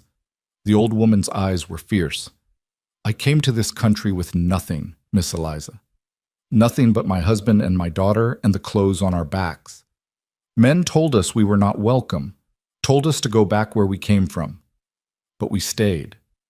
We built. And when men came with threats and torches, we fought." "What happened?" "We lost the laundry, lost our home. My husband," Mrs. Chen's voice went soft, "he did not survive, but my daughter did. And she built a new life, a better life, because we did not let evil men decide our worth." Eliza felt tears burning behind her eyes. "I'm so tired of fighting." "I know, but the fight is not over. Tomorrow the council meets. They will ask you questions. They will demand answers. What will you tell them?" "The truth, I suppose. That Caleb has a past, that men are hunting him, that he tried to protect the sheriff and nearly died for it." "And about the partnership, the documents?" Eliza hesitated. The forged papers, the fabricated history, the elaborate lie they'd constructed, all of it could crumble tomorrow under scrutiny. Blackwood's telegrams had verified the references, but that was because Caleb had bribed the telegraph operator in Copper Springs. If the council dug deeper, if they sent investigators to Texas, the whole scheme would collapse. "I'll tell them the partnership is real," Eliza said. "That Caleb invested money and labor into the store, that we're business partners committed to making it succeed. Even if it means lying." "Even then," Eliza met Mrs. Chen's eyes, "because the alternative is losing everything my father built, and I won't let that happen." Mrs. Chen nodded slowly. "Then you must prepare. The council will try to break you. Blackwood especially. He wants that store, and he will use today's violence as proof you cannot manage it." "What do I do?" "You remind them that violence came to the sheriff's office too, that it came to decent men doing their jobs, that nowhere is safe when evil decides to visit." The old woman stood, began clearing the bowls. "And you remind them that you did not run. You did not hide. You picked up a gun and fought back." Eliza thought about that moment. Dutch's weapon pointed at Caleb's head, her hand closing around the gun. The impossible weight of it, the decision made in a fraction of a second. She'd missed, fired wild, but she'd tried. And in trying, she'd saved Caleb's life. "I was terrified," she whispered. "Courage is not the absence of fear, it is action in spite of it." Mrs. Chen paused at the doorway. "Mr. Rowe is upstairs, third door on the left, if you wish to see him." Then she was gone, leaving Eliza alone in the kitchen with her thoughts and her fear and her bone-deep exhaustion. She should go upstairs to the room Mrs. Chen had prepared for her. Should sleep, rest, prepare for tomorrow's battle. But instead she found herself climbing the stairs, her crutches silent on the worn carpet, her heart hammering as she approached the third door on the left. It was slightly ajar. Through the gap she could see lamplight and the edge of a bed. She pushed it open. Caleb lay propped against pillows, his shoulder wrapped in white bandages already seeping red.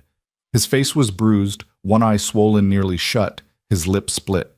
But he was awake, and when he saw her, something like relief crossed his battered features. "Eliza." "I shouldn't be here." But she came in anyway, closing the door behind her. "It's not proper." "Since when do you care about proper?" Despite everything, she almost smiled. "Fair point." She moved to the chair beside his bed and lowered herself into it, grateful to be off her aching legs. "How do you feel?" like I got shot and beaten and kicked in the ribs. He shifted, winced. Doc says I'll live. Sheriff too, probably, though it's touch and go. Because of you, because you tried to protect him. Fat lot of good it did. I should have shot Dutch the second he walked through that door. Should have known he wouldn't leave peaceful. Caleb's good hand clenched into a fist. I hesitated. And Briggs paid for it. You hesitated because there were witnesses, because you were trying to do things the right way. Eliza leaned forward. Dutch was right about one thing. You have gone soft. The old you, the outlaw you, probably would have shot first. But you're not that man anymore. Aren't I? I brought those men here. My past, my mistakes. Sheriff Briggs got shot because of me. You almost got killed because of me. How is that different from who I was? Because you didn't want any of this to happen. Because you tried to protect people instead of hurt them. She paused. Did you steal that money? The $20,000 from Amarillo? Caleb was quiet for a long moment. No, I left the gang 3 days before that job. Rode out in the middle of the night because I couldn't do it anymore. Couldn't keep robbing and killing and pretending it didn't matter. What changed? We hit a bank in Silver City. Small place, barely worth the effort. There was a woman working there, a teller. She had a little girl with her, maybe 5 years old. The girl started crying when we came in with guns. His voice went distant. Dutch told her to shut the kid up. When she couldn't, when the girl kept screaming, he aimed his gun at the child, said he'd give her something to really cry about. Eliza's breath caught. I stopped him. Put myself between him and that little girl and told him if he pulled that trigger, I'd kill him myself. Caleb's eyes were haunted. We left without firing a shot. But that night, lying in camp, all I could think about was that child's face. How scared she was. How close I'd come to being part of something unforgivable. So you left. So I left. Took my horse, my gun, and nothing else. Rode north and didn't look back. He looked at her. 3 days later, the gang hit that bank in Amarillo. Got away with $20,000. And when Dutch couldn't find the money, when it vanished along with whoever actually stole it, he decided it was me. Decided I'd played them all, taken their score, and run. But you didn't. But I didn't. Though I don't blame him for thinking it. The timing was too perfect. I disappear, the money disappears. What else would he think? Eliza processed this. So someone else in the gang stole it. Someone who's still out there. Maybe. Or maybe Dutch lost it gambling and made up the whole story to cover his losses. Or maybe it never existed at all, and this is just an excuse to hunt me down for leaving. Caleb's smile was bitter. Doesn't really matter, does it? Either way, they want me dead. Then we run. We leave town tonight, go somewhere they can't find us. We? He studied her face. Eliza, you don't have to. Yes, I do. Because if I stay here without you, the council will take the store anyway. They'll say the partnership was fraudulent, that you were a criminal who conned me. Everything we built will collapse. She gripped the arms of the chair. But more than that, I don't want to stay. Not anymore. This town has made it clear what they think of me. The only person who ever treated me like I was worth something was my father. And you.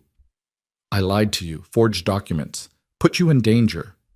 You stood up for me when no one else would. You saw me as a person instead of a burden. You nearly died protecting me. Her voice cracked. So yes, we. Because I choose you, Caleb Rowe, past and all. He reached out with his good hand and she took it. His fingers were warm, calloused, strong, despite the pain he must be feeling. They sat like that in the lamplight, two broken people choosing each other over safety. The council meets tomorrow, Caleb said finally. They'll want answers about what happened, about who I really am. Let me handle the council. Eliza, I mean it. You're in no shape to face them. I'll go, I'll answer their questions, and I'll buy us time to figure out our next move. She squeezed his hand. Trust me. I do. That's what scares me. But he squeezed back. All right. You handle the council. But promise me something. What? If things go bad, if Dutch comes back or the council decides to arrest us, or anything goes wrong, you run.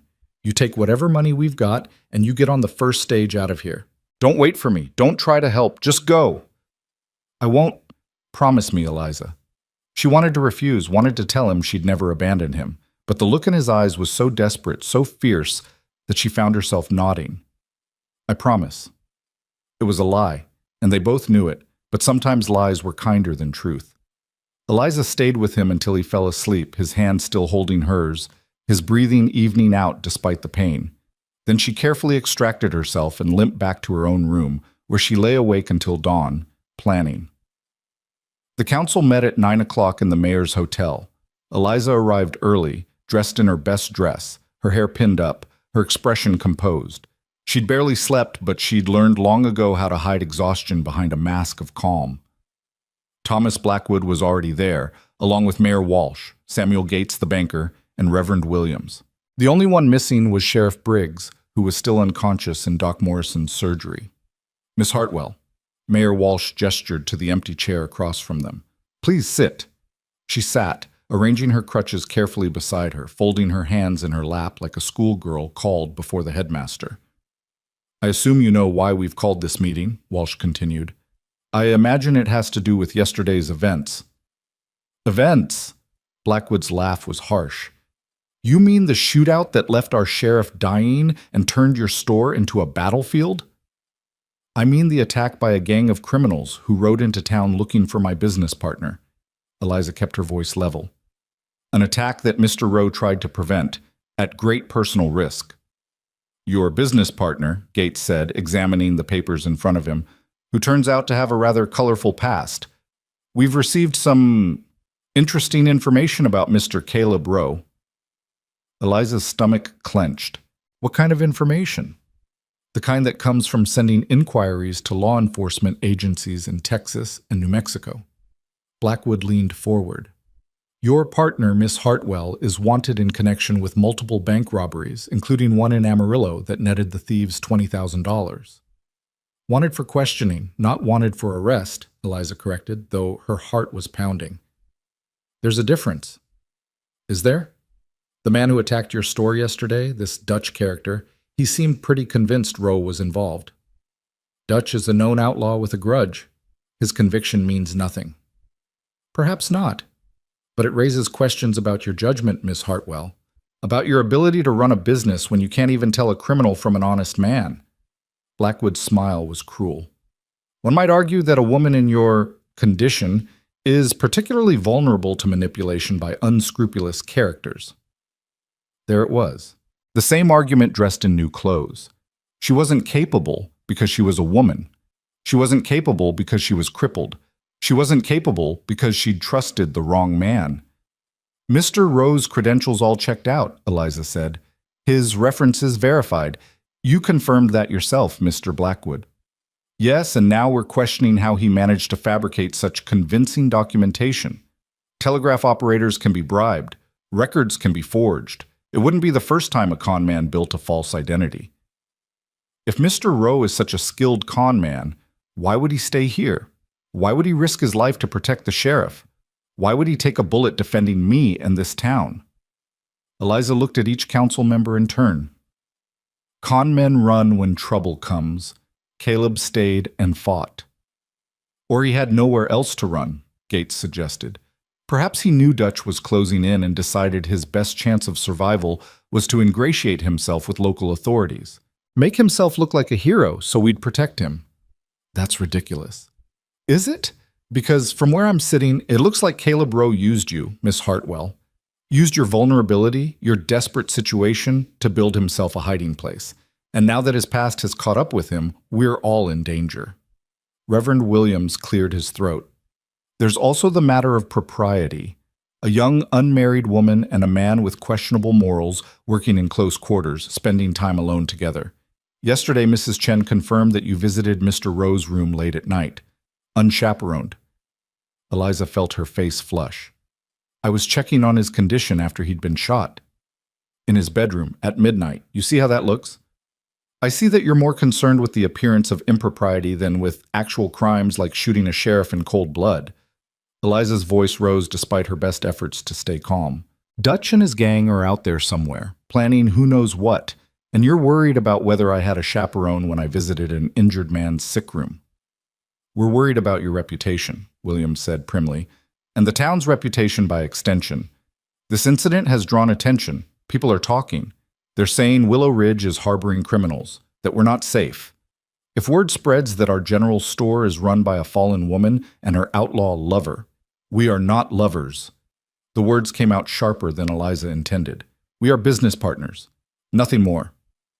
Then you won't mind dissolving that partnership, Blackwood said smoothly. Selling the store to someone who can provide proper security and management. We'll make sure you're compensated fairly. Compensated? Eliza laughed, and it sounded slightly unhinged even to her own ears. You mean you'll buy my father's legacy for pennies on the dollar, then run me out of town like you planned from the beginning? We're trying to protect you. You're trying to steal from me. Let's at least be honest about that. She stood, grabbing her crutches, her whole body shaking with rage. My father built that store from nothing. He worked himself to death to give me a future, to give me a place in this world despite my damaged legs. And you want to take it because I had the audacity to fight back when you tried to dispose of me. Miss Hartwell, please sit down, Mayor Walsh said. No, I'm done sitting quietly while you decide my fate. I'm done being treated like a child or an invalid or a burden. Eliza moved toward the door, her crutches striking the floor with sharp cracks. The store is mine. The partnership stands. And if Dutch comes back, we'll deal with him the same way we dealt with him yesterday, with bullets and courage, not cowardice and excuses. If you walk out that door, we'll force a sale, Blackwood threatened. We'll get a court order, have you declared incompetent. You won't have a choice. Eliza turned to face him. Then do it. Prove to everyone in Willow Ridge what you really are. Prove that you're willing to destroy a grieving woman to line your pockets. I'm sure that'll do wonders for your reputation. She walked out before they could respond, her heart pounding so hard she thought it might burst from her chest. She'd just declared war on the most powerful men in town. She'd as good as guaranteed they'd come after her with everything they had. But she'd also stood up for herself in a way she'd never managed before. She'd claimed her worth, her right to exist, her refusal to be erased. Outside the hotel, she found Deputy Clay Matthews waiting with a grim expression. Miss Hartwell, need to talk to you about yesterday. If this is about pressing charges against Dutch, it's about pressing charges against you and Rowe. For fraud. Matthews looked uncomfortable. Town clerk checked the partnership documents you submitted, contacted the notary whose seal was on some of the papers. Turns out that notary died 6 months ago. The world tilted. Eliza grabbed the porch railing to steady herself. I don't understand. The documents are fake, forged, which means you and Rowe lied to the council, falsified official records, and committed fraud. Matthews pulled out a pair of iron handcuffs. I'm real sorry, Miss Hartwell, but I'm going to have to place you under arrest. Everything Eliza had fought for, everything she'd risked, came crashing down around her. The store, the partnership, the desperate gamble to save her future, all of it built on lies that had finally been exposed. She thought about running, thought about fighting, thought about the promise she'd made to Caleb just hours before. Then she held out her wrists. All right, let's get this over with. As Matthews locked the cuffs around her wrists, as he led her down the street toward the jail while townspeople stared and whispered, Eliza felt a strange sort of calm settle over her. She'd fought. She'd lost. But she'd gone down swinging, and somehow that felt like victory enough. The jail cell smelled of damp stone and despair. Eliza sat on the narrow cot, her crutches leaning against the wall, and stared at the iron bars that separated her from freedom. She'd been here for 3 hours, long enough for the initial shock to wear off and the reality to set in. She was a criminal now, a forger, a fraud. Everything the council had ever believed about her inadequacy had been proven true. The outer door creaked open. Footsteps approached, uneven and labored. Then Caleb appeared, leaning heavily against the bars, his face pale beneath the bruises, his bandaged shoulder seeping fresh blood through his shirt. You shouldn't be out of bed, Eliza said. Neither should you be in a cell. His voice was rough with pain and anger. I told Matthews it was all me, the forgeries, the fake documents, everything. I told him you didn't know. And did he believe you? No, because you're too smart not to have known. Because anyone with eyes could see we were in it together. Caleb gripped the bars with his good hand. I'm sorry. I never meant for this to happen. Yes, you did. We both did. We knew the risks when we started this. Eliza stood, moved closer to the bars. What happens now? Judge arrives in 2 days. Matthews says we'll both face charges. Fraud, forgery, conspiracy. Could be 5 years in territorial prison if they want to make an example of us. 5 years. Eliza tried to imagine it. 5 years locked away, her youth wasted, her father's store sold off and forgotten. By the time she got out, she'd be nearly 30, with a criminal record and no prospects. The institution in Denver would look like paradise by comparison. There's another option, Caleb said quietly. Matthews stepped out for a drink, left the keys on his desk. We could be 10 miles away before he even notices we're gone. Eliza looked at him sharply.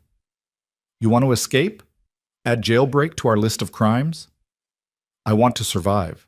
We're not going to get a fair trial here, Eliza. Blackwood owns the judge. He'll make sure we're convicted, make sure we're sent away for as long as possible. Our only chance is to run. Run where? They'll send marshals after us. We'll be fugitives for the rest of our lives. Better fugitives than prisoners. Caleb's eyes were desperate. Please, we can go west, change our names, start over somewhere no one knows us. Montana, maybe, or Oregon. Places so remote they'll never find us. It was tempting. The keys were right there, freedom within reach. They could be gone before Matthews returned, could disappear into the vast wilderness that still covered so much of the frontier. Eliza had become good at surviving against impossible odds. Maybe she could learn to survive this too. But running meant abandoning everything her father had built, meant letting Blackwood win, meant spending the rest of her life looking over her shoulder, always afraid, always alone except for Caleb and the weight of their shared crimes. No, she said softly. I'm not running. Eliza.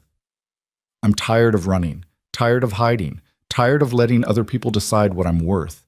She moved closer to the bars until only inches separated them. You should go. Take the keys. Take your horse. Ride as far as you can. But I'm staying to face this. You'll go to prison. Maybe. Or maybe I'll fight. Maybe I'll make so much noise that Blackwood can't bury me quietly. Maybe I'll force this town to look at what they're doing and actually see it. Her voice strengthened.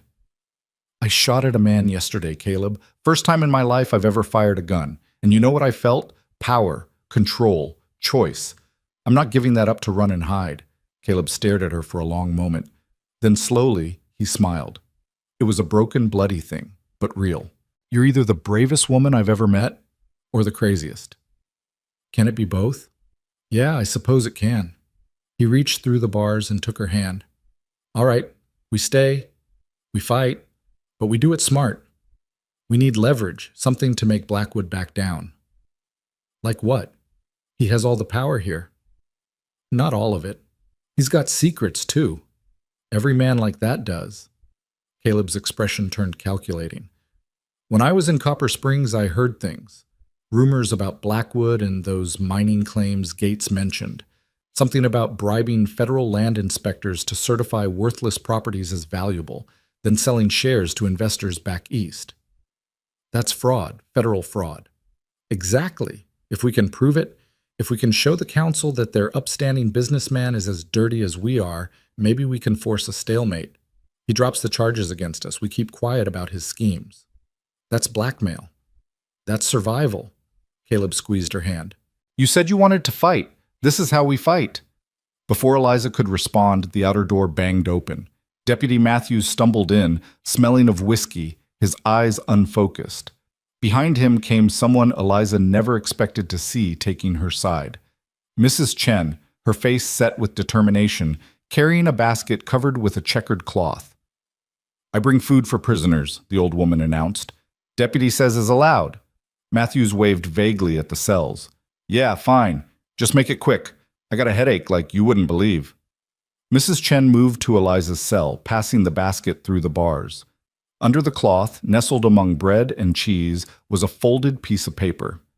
Eliza palmed it smoothly, tucking it into her sleeve while making a show of examining the food. "You are kind woman," Eliza said in a loud voice. "Thank you for thinking of me." "Is no trouble.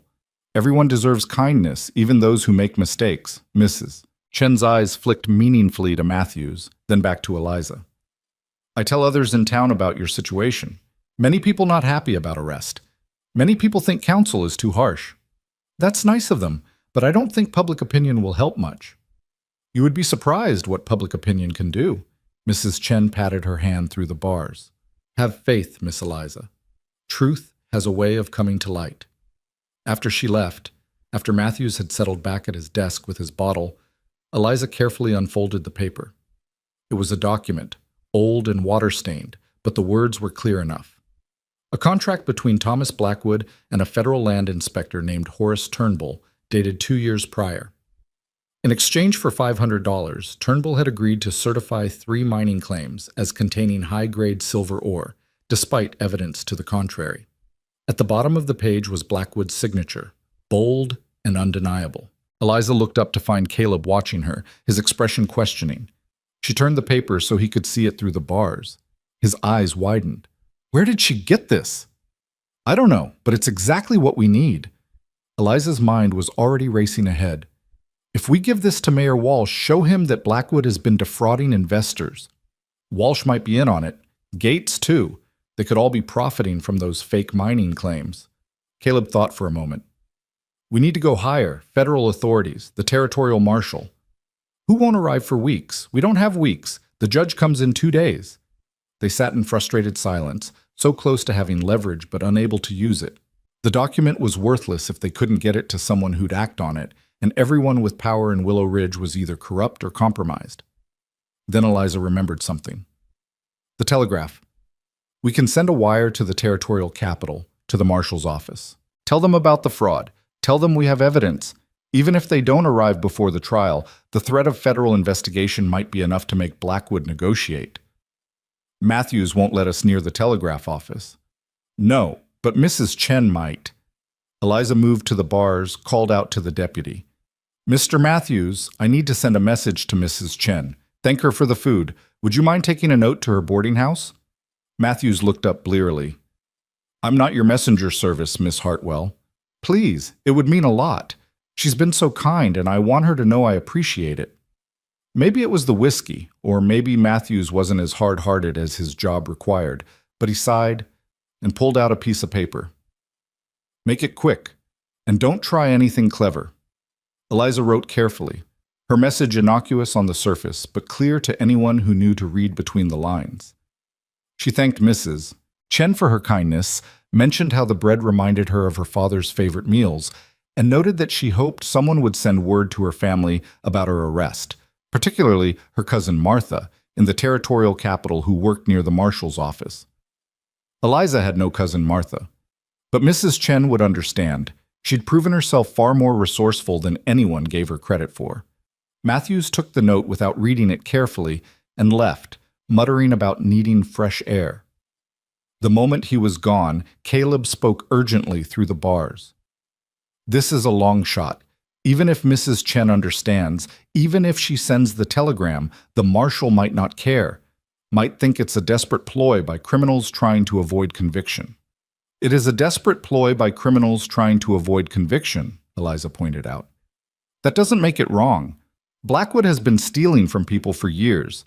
He deserves to be exposed. And if exposing him doesn't save us? If the judge convicts us anyway?" Eliza met his eyes through the bars. "Then at least we'll have tried. At least we'll have fought back instead of just accepting our fate. That's worth something, isn't it?" "Yeah," Caleb said quietly. "It is." The next day crawled by with agonizing slowness. Matthews brought food, brought water, ignored Eliza's questions about whether any telegrams had been sent or received. The town beyond the jail went about its business, and through the small barred window, Eliza could see people passing, some curious, some sympathetic, most just indifferent to the fate of the crippled girl who'd finally proven she was as incompetent as they'd always believed. But as afternoon bled into evening, something changed. The foot traffic increased. Voices rose in argument outside the jail. Then the door burst open and Thomas Blackwood stormed in, his face purple with rage, followed by Mayor Walsh and a pale, frightened-looking man Eliza didn't recognize. "Where is it?" Blackwood demanded, gripping the bars of her cell. "Where's the document?"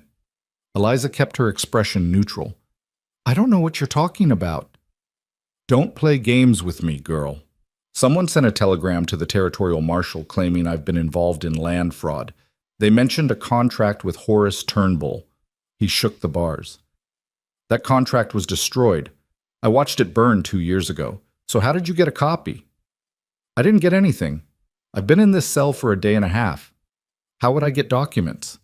Blackwood turned to Matthews. "Who's visited her? Who's been in this jail?" "Just Mrs. Chen bringing food, and Roe, but he didn't pass her anything. I was watching." Matthews looked nervous. "What's this about fraud, Mr. Blackwood?" "Nothing that concerns you. This is a private business matter." But Blackwood's eyes were desperate now, cornered. "The marshal is sending an investigator. He'll be here in 3 days. I need that document before he arrives." "I told you I don't have it." "Then who does? Who's helping you?" When Eliza didn't answer, Blackwood turned to Mayor Walsh. "We need to move up the trial, today. Right now. Get them convicted and sentenced before the federal investigator arrives." "We can't do that," Walsh protested. "The judge isn't here yet. We'd need to bring in a circuit judge from another district, and that could take— I don't care what it takes. These two need to be on a prison wagon before federal authorities start asking questions." Blackwood's mask of civility had completely crumbled, revealing the ruthless man beneath. "If they're convicted felons, their testimony against me becomes worthless. It's their word against mine, and mine carries more weight." The pale man, Turnbull, Eliza realized, spoke up nervously. "Maybe we should just give them what they want. Drop the charges. Let them go. If that document surfaces, we're all finished. Me, you, half the business owners in this town who bought shares in those mining claims." Blackwood spun on him. "Do you want to spend the next 10 years in a federal prison? Because that's what we're looking at if the truth comes out." Eliza felt a surge of hope. They were panicking, which meant the telegram had worked. Mrs. Chen had come through. Now she just needed to keep Blackwood off balance long enough for the investigator to arrive. "You know what I think?" she said, her voice carrying through the jail. "I think you're going to drop the charges against me and Caleb. I think you're going to let us walk out of here, and you're going to leave us alone from now on. Because if you don't, that document goes to every newspaper between here and Washington, and your career ends in scandal and federal prison. You're bluffing. You don't have the document anymore. You sent it with that telegram." "Did I? Are you sure? Maybe I sent a copy. Maybe I have the original hidden somewhere safe." Eliza smiled. "Only one way to find out. Drop the charges, leave us alone, and you never have to worry about it. Keep pushing, and I'll make sure everyone knows exactly what kind of man Thomas Blackwood really is." It was a complete bluff. The document was the only copy they had, and Mrs. Chen had it. But Blackwood didn't know that.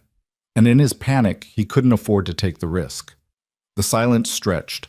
Blackwood's face went through several shades of red before settling on a grayish pallor. Finally, he turned to Walsh. "Drop the charges. Let them go." "Thomas, we can't just— "Drop them!" Blackwood's voice cracked. "Tell Matthews it was a misunderstanding.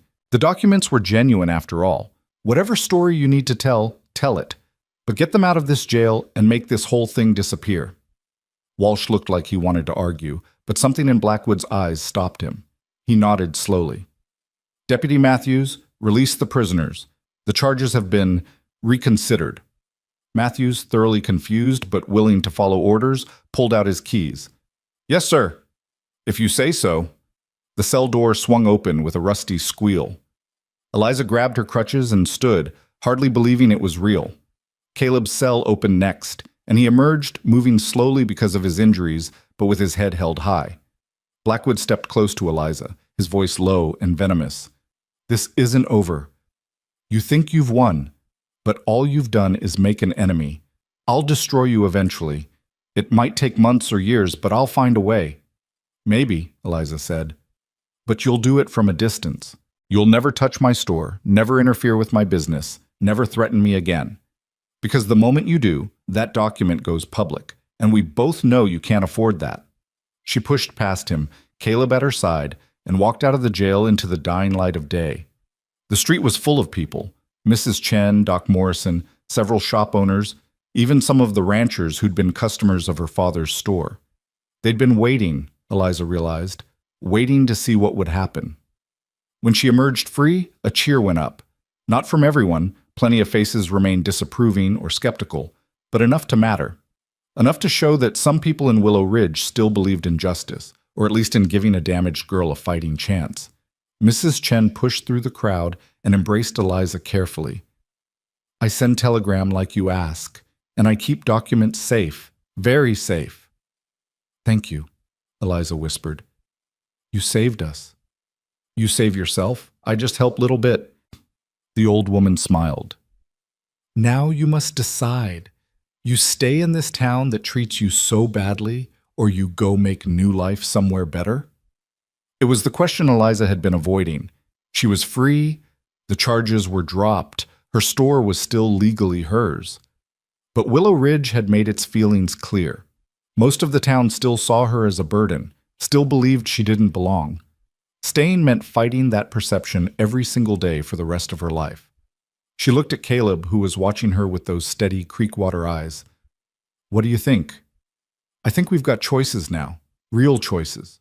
We could stay, make a go of the store, prove everyone wrong. Or we could sell it, take the money, start fresh somewhere no one knows us." He paused. "Either way, I'm with you. If you want to stay and fight, I'll fight. If you want to leave, I'll leave. Your choice." Eliza thought about her father's store, about the years of work he'd put into building something solid and respectable. She thought about his blood on the floorboards, about his final words, about the promise she'd made to honor his memory. But she also thought about the whispers, the pity, the constant battle to prove her worth to people who'd already decided she had none. She thought about Dutch and his gang, still out there somewhere, waiting for another chance at Caleb. She thought about Blackwood's threat, his promise to destroy her eventually, and she realized something that felt like freedom. "I want to leave," she said, "not because I'm giving up or running away, because I'm choosing something better, choosing a place where I can build a life instead of constantly defending my right to have one." Caleb's smile was genuine, relieved. "Where do you want to go?" "West. Somewhere new, somewhere growing, somewhere that needs people who can work hard and don't care about what's proper or expected." She looked at the store, at the building that had been her entire world for 9 years. "We'll sell it. Get a fair price finally. Use the money to start something new." "A trading post, maybe," Caleb suggested. "Somewhere along a new trail or near a growing settlement, someplace where we can build from the ground up." "Together," Eliza said. "As actual partners this time. No lies, no fraud, just honest work." "Together," Caleb agreed. They spent the next week settling their affairs. Doc Morrison bought the store, paid a fair price for it too, more than Eliza had expected. Sheriff Briggs recovered enough to sit up and shake Caleb's hand, thanking him for trying to protect him, even if it hadn't worked out perfectly. The federal investigator arrived and spent 3 days interviewing people about Blackwood's mining scheme. Eliza gave him the document, told him everything she knew, and watched with satisfaction as Blackwood's empire began to crumble. On the morning they left, Eliza stood in front of her father's grave one last time. She'd brought wildflowers, placed them carefully on the mound of earth that was slowly settling. "I'm leaving, Papa," she said quietly. "I know you wanted me to stay, to keep the store, to maintain what you built, but I can't. This town will never see me as anything but a burden, and I'm tired of trying to change their minds." She touched the headstone. "I hope you understand. I hope wherever you are, you know I tried. I fought as hard as I could, but sometimes the bravest thing you can do is know when to walk away." The wind rustled through the grass, carrying the scent of sage and distant rain. Eliza chose to believe it was her father's way of saying he understood, that he approved, that he wanted her to be happy more than he wanted her to maintain his legacy. Caleb waited at the cemetery gate with 2 horses. He'd spent the last week training the gentler of the 2 to accept a special saddle he'd designed, one with extra support and straps that would help Eliza stay mounted despite her damaged legs. It wasn't perfect, but it was better than she'd ever hoped for. "Ready?" he asked as she approached. "As I'll ever be." He helped her mount, careful of her legs, making sure she was secure before handing her the reins. Then he swung up onto his own horse and looked at her with a question in his eyes. Eliza took a deep breath, looked back at Willow Ridge one last time, at the buildings and streets that had been her prison and her battlefield, and then turned her horse west. "Let's go," she said. They rode out as the sun climbed higher, two figures growing smaller against the vast landscape. Behind them, Willow Ridge continued its daily routines, already forgetting the crippled girl and the cowboy who dared to challenge its certainties. But ahead lay possibility, territory so new and unmapped that no one could say who belonged there and who didn't. 3 months later, they reached a growing settlement in Montana Territory, a place where the railroad was coming and new businesses were needed. Using the money from the store, they built a trading post at the crossroads of two major trails. Eliza managed the books and the finances, negotiated with suppliers, built relationships with customers. Caleb handled the physical labor, the heavy lifting, the security. Together they created something neither could have built alone. The trading post prospered. Within a year, they'd expanded it to include a small restaurant where travelers could get hot meals. Within 2 years, they'd built a house behind the trading post, a house designed with Eliza's needs in mind, with ramps instead of stairs and wide doorways for her crutches. And somewhere in those 2 years, the partnership evolved into something more. It happened gradually, in shared glances and comfortable silences, and hands that found each other across the dinner table. On a spring evening, much like the one when they'd first met, Caleb asked Eliza to marry him, and she said yes without hesitation. They married in the trading post, surrounded by customers who'd become friends and neighbors who'd never known them as anything but equals. There was no pity in anyone's eyes, no whispers about propriety or capability, just celebration of two people who'd found each other against impossible odds and refused to let the world's cruelty define their worth. Years passed.